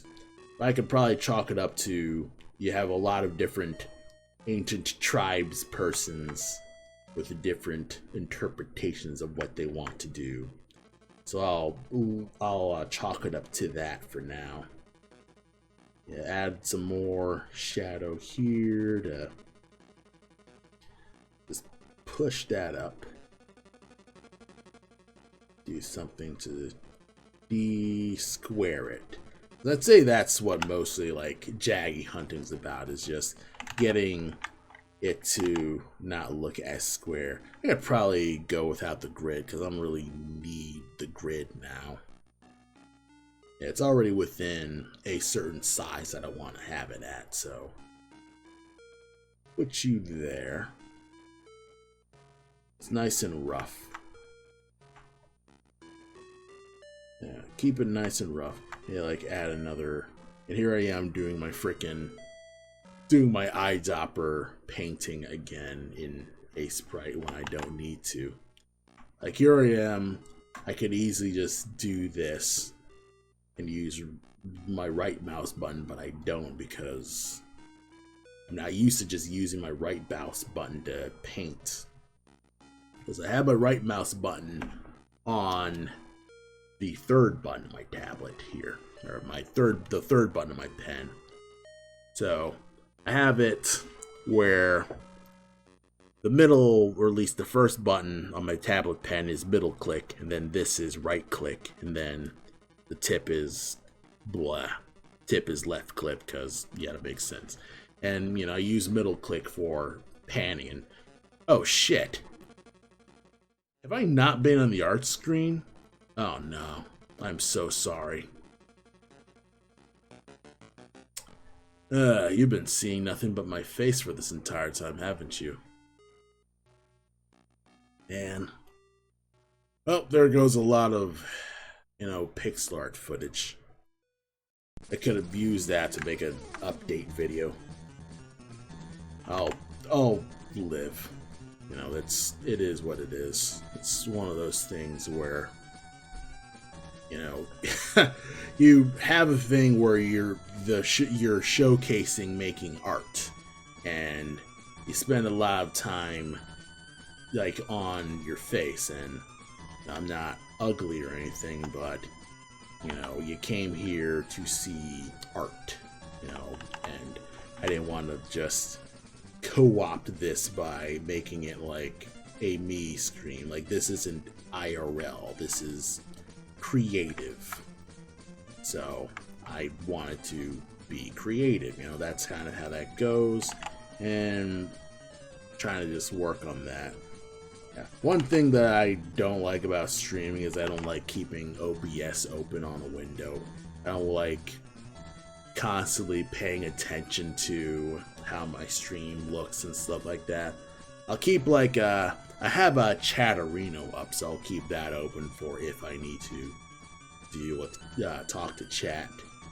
But other than that, I try not to have my stream open, like the technical stream stuff, as much as I can, because it breaks my concentration. Let's just be honest. I end up not paying the chat during my streams as often as I should. Yeah, that's the big hurdle for me personally. I'd say that's probably just the big hurdle in general, is just dealing with just you're arting and you're drawing and you just lose track of talking to people in general.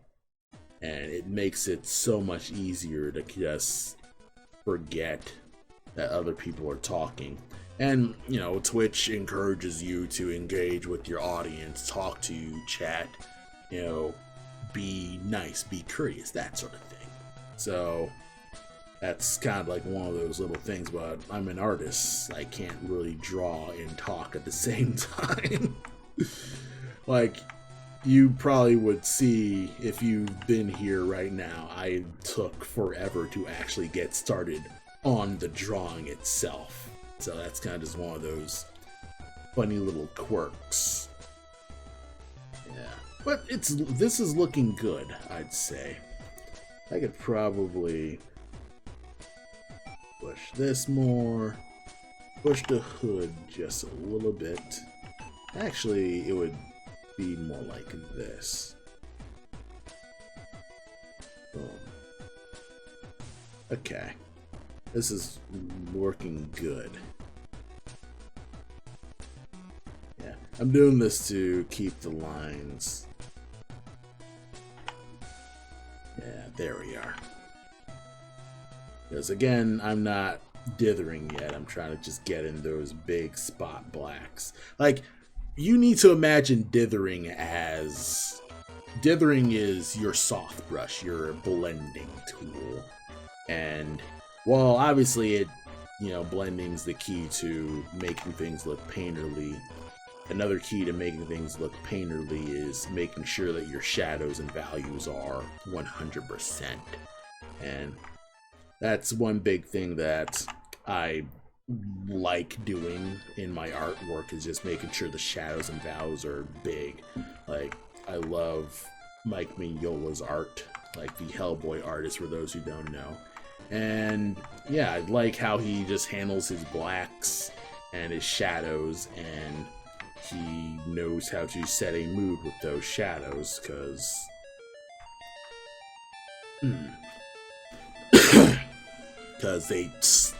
he can get away with basically like two-tone rendering, because the shadows just frame the figures that he draws well. Like, it's really good at framing.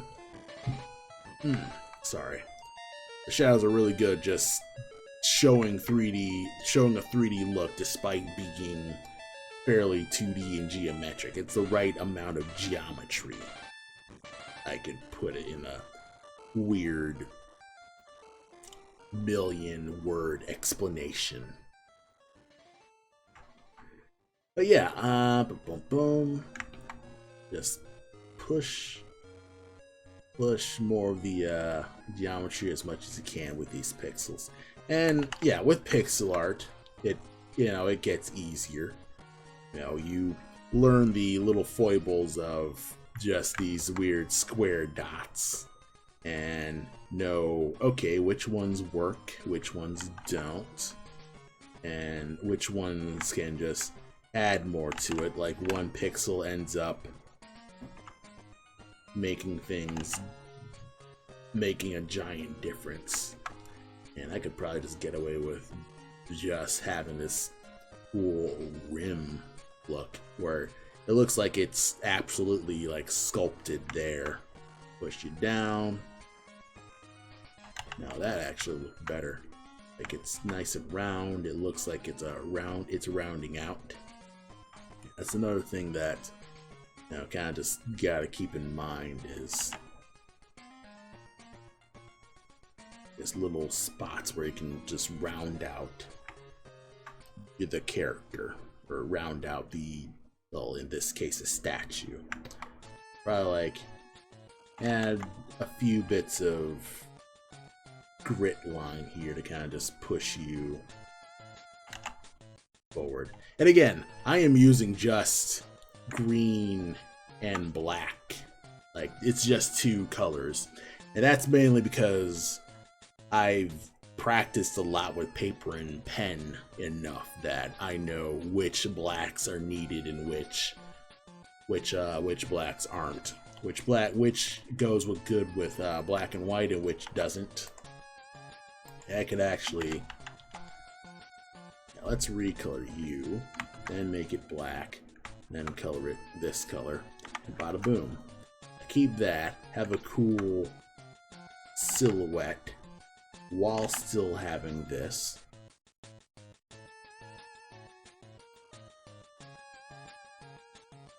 Yeah, probably like a little bit, like a slight rim. And I could continue that for the beak here.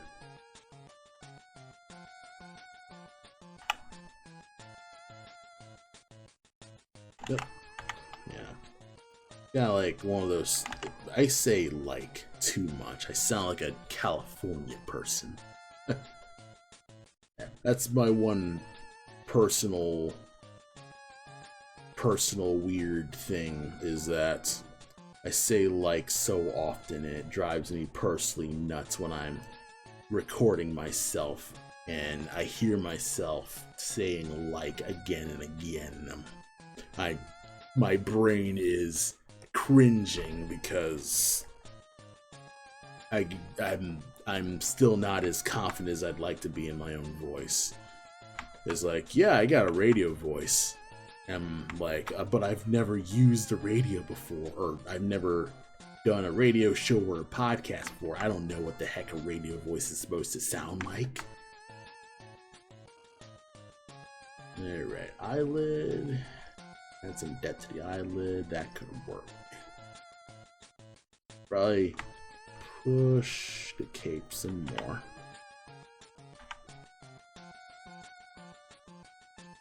Now this will work.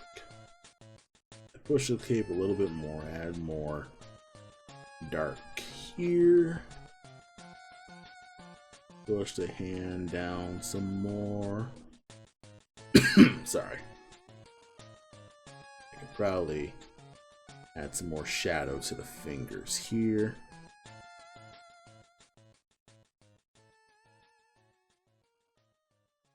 Right here. That could work. Yeah, figuring out the shadows is one of those things where it's both easy and not easy. On one hand, it's easy to me, and it's easy to the point where it feels like I'm being lazy sometimes, where I'm just covering up everything in shadow, and it solves the problem. It's not as difficult when it's like, oh, I made this mistake, I'll just cover it in shadow. It's no big deal. Let's see. It's kind of one of those things where does these hands need a larger shadow here?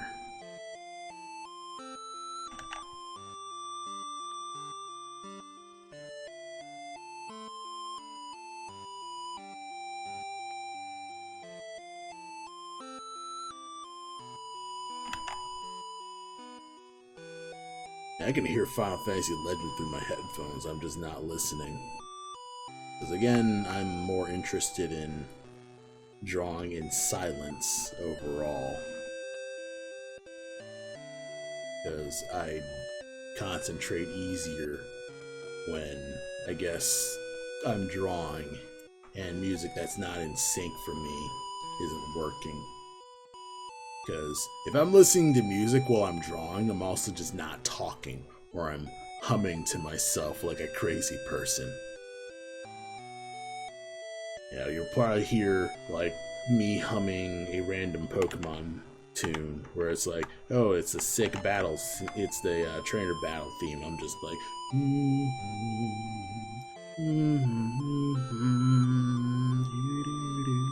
I'm just, if somebody's next to me, they will probably stare. And that's gotta just have been one of those things that I'm working the confidence to not feel too mortified about. It's also kind of funny. Back when I was in college, I was so when I was listening to music, working at one of my college rooms, I was doing a art project at one of the computer rooms, and there was a class there, and I was allowed to just sit in and just do my work because, it's, whatever empty computers there I could use, I could just walk in, and if the teacher says that's okay, you can go in. So I do that, and I'm playing No More Heroes music, and I'm playing that, and I have headphones in, and it's blaring. I think I remember it was No More Heroes 1. I think it was, I'm gonna assume it's Destroy Man. I had to put in effort to verify my account. Yeah, I set that up because, that's kind of just how that goes.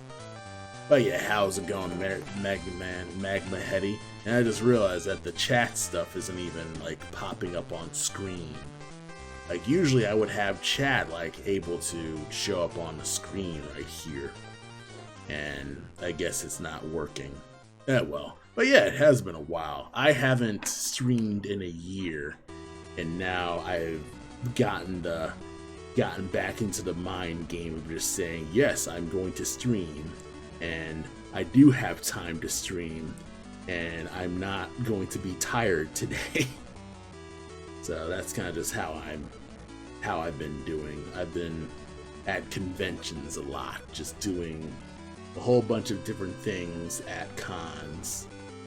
You know, doing commissions, selling my stickers, selling my indie comics, and that's been a big thing for 2029. Game's going well. You know, I'm currently working on a big background statue here, and it's pretty gigantic. Working on just some new backgrounds for that.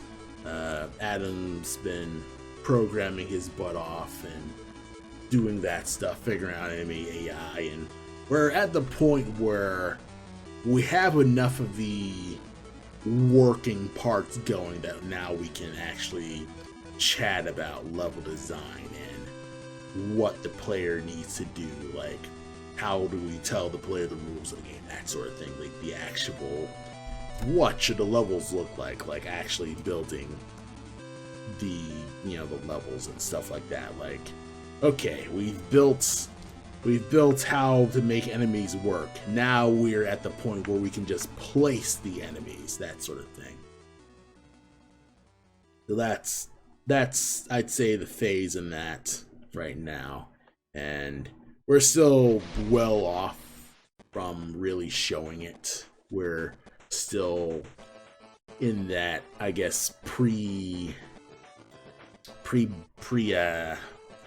before alpha, what would be a name for the Sigma phase. We'll call it the Sigma phase. We're not doing anything at all. We're just too Sigma to show a game demo. And if I find a Sigma male music, I'll just play that. And that's the status of Blackmask, is Sigma male. We're in pre-Sigma.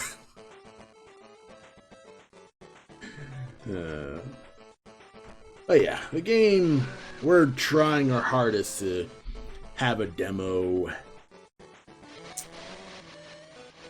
I don't know if it'll be done, but we'd like to get more things done. I'm hoping this year will be our year, man. Like, I'm hoping that maybe we'll be able to either show off this game sometime at like a convention. Maybe we might be able to have something to show at PAX East. I mean, I'm told I could get away with just showing the video, but that's not good. That's not enough. You know, I could have a table where it's just, I have a TV showing the YouTube video on loop, and I have a little clipboard saying, join our mailing list and we'll give you news every 3 freaking months, because there isn't significant progress going beyond I'm drawing cool stuff because I like drawing and I draw every day. So that's how that goes. So, when will Blackmask be out? That's a good question. We'll have to ask later. So that's the best answer I can give to that front. But in terms of, you know, my own personal Pixar work, you know, that's, you know, this is what I'm doing, is I'm working on Pixar for Blackmask. I could probably bolster you, make you rounder. That could work. Yeah, that could work. May add a slight green line here. Yep. Add a green line here.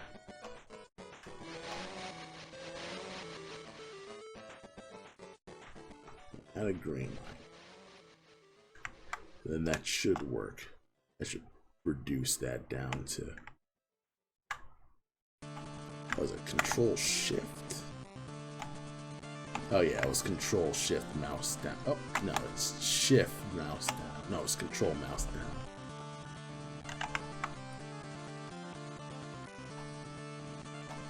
There we are. And we just get like a nice subtle outline for the cape here.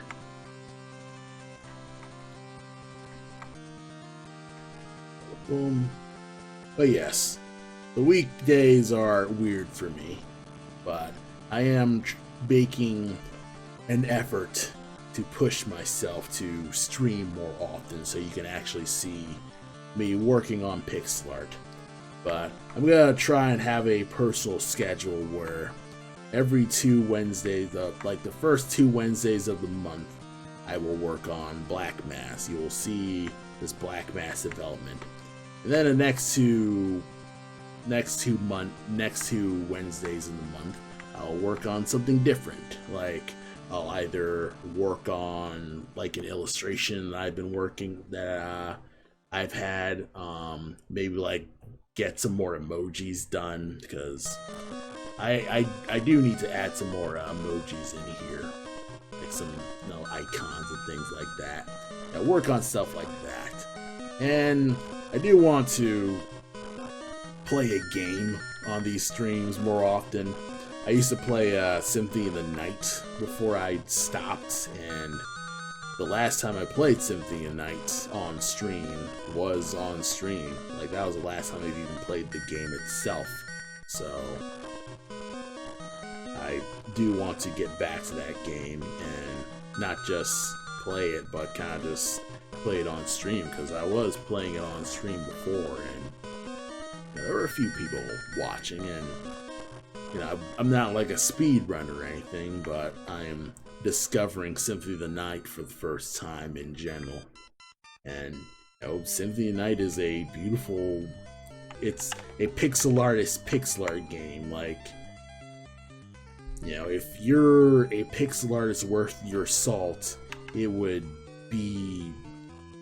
think it would be your requirement to just look at Symphony of the Night. Because, this game, at least look at Symphony of the Night. It doesn't even matter if you don't play it at all. Like, if you at least look at Symphony of the Night, you won't regret it. And this is pretty cool, where I just dither that. It's not perfect.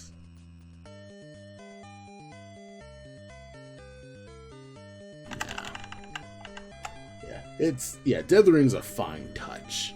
Like, if it's too much dithering, it doesn't look good. So you gotta really pick and choose where to dither. Because if things look too...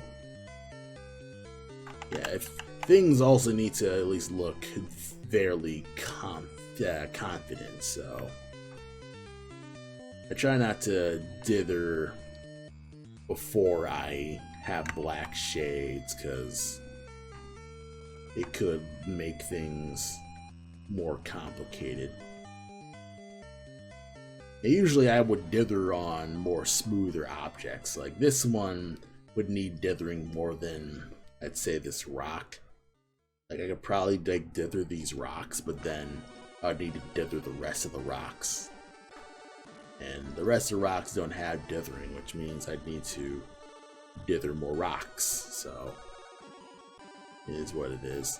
But it still looks alright, just in small chunks. And that's one big thing with dithering, is you don't want to just dither everything, because it'll end up looking like a mess. So you gotta make sure that you know what you're dithering before you dither the crap out of it, and it looks blurry. It's like the soft brush tool, like in Photoshop. If you always use the soft brush and don't use edges at all, it's gonna look like van art. I don't know if you've seen art from the 70s and stuff, like the hippie movement. Like, you're seeing hippies with bootleg Frank Frazetta art paintings on their vans, but it's painted on airbrush because it's a van, and everything looks soft and muddy. So that's kind of just the van art look that I'm talking about. After I get this down, I'll show you some examples of van art. Let's see. No wonder.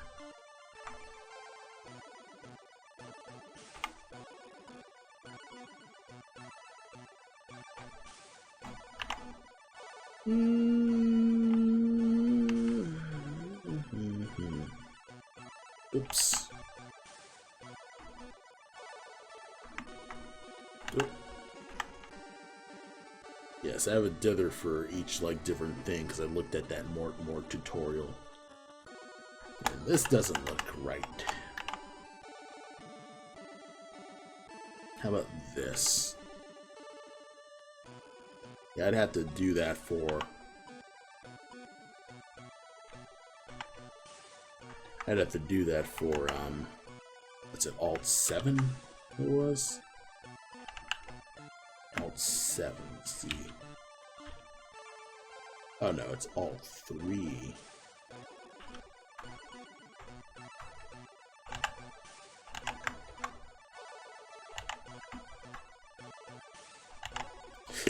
You know what, let me click it myself. That's not it. One thing that sucks about this specifically is you can't make this thumbnail larger, because I can barely see the dither.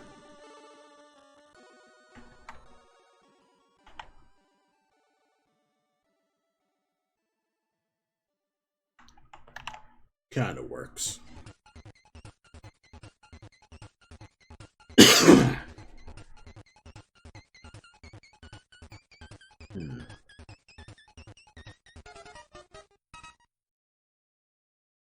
Now this looks significantly lighter, so I'd need at least a spot black there.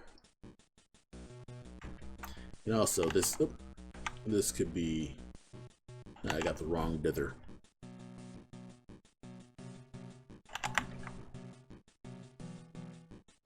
Okay.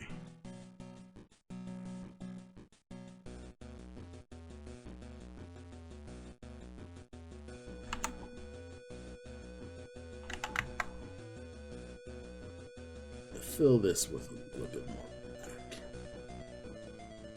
Push this down. Where yet? Yeah, push this down some more. Round this up. And I think I might just leave in some more broken lines here to kind of just thin out the lines some more. And I just sell the rock thing even harder. Yeah, why don't I just break the lines more often? So yeah, again, a lot of doing art is kind of just giving yourself a pass, kind of just do things that you normally would not want to do because you've been spending so much time just believing in your training. And, you know, you're usually told, don't leave stray pixels around, don't leave lines. Well, I need to at least make this look jagged enough. Like, it needs to look like, you know, it's a rock. So, I'm trying my best to push this further. I may, like, put this here.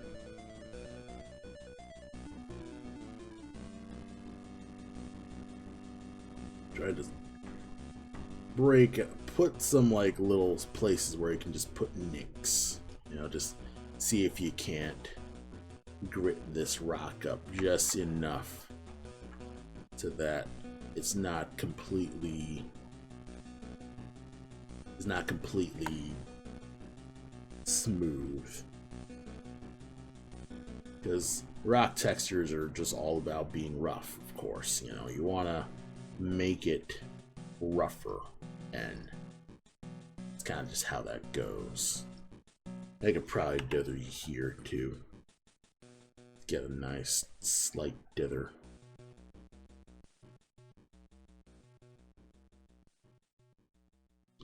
That made a simple rim light.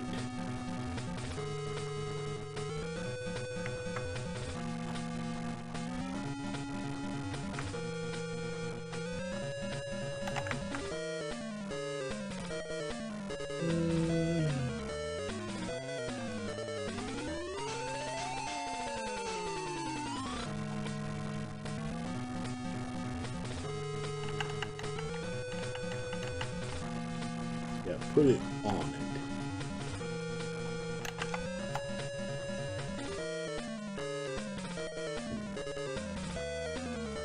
I feel like it gets lost. Also, having completely different dither styles would probably break it. That line dither style ain't gonna work. Yeah. One thing with streaming is I'm speaking out loud more often. And not speaking out loud, but like thinking out loud.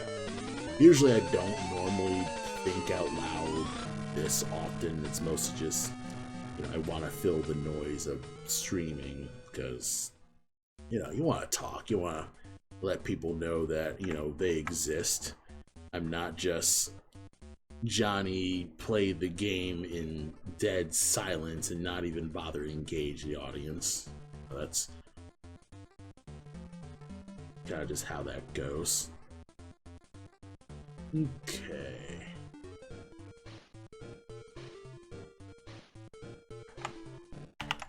Let's save you.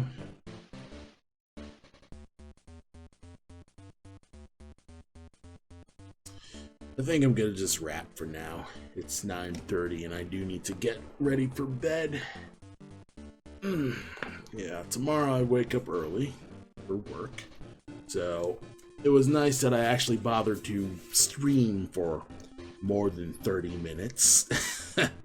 Like in the middle of the morning and stuff like that, where, oh, you're trying to stream from your iPad on library Wi-Fi, and that can't work. That doesn't work, man. You gotta get some other stuff. So, you know, that is what it is. But yeah, thanks for just seeing what I've been up to, and thanks for stopping by my stream. I'm going to stream next week, and this time I'll get a little bit more prepared. I'll try and see if I can't get the chat window up here. So anyway, you know, thanks for stopping by my stream. You know, follow me on the social medias and stuff like that. You know, I hope to see you all next week, or at least I hope to be out next, or be here next week. Anyway, you know, have a good night.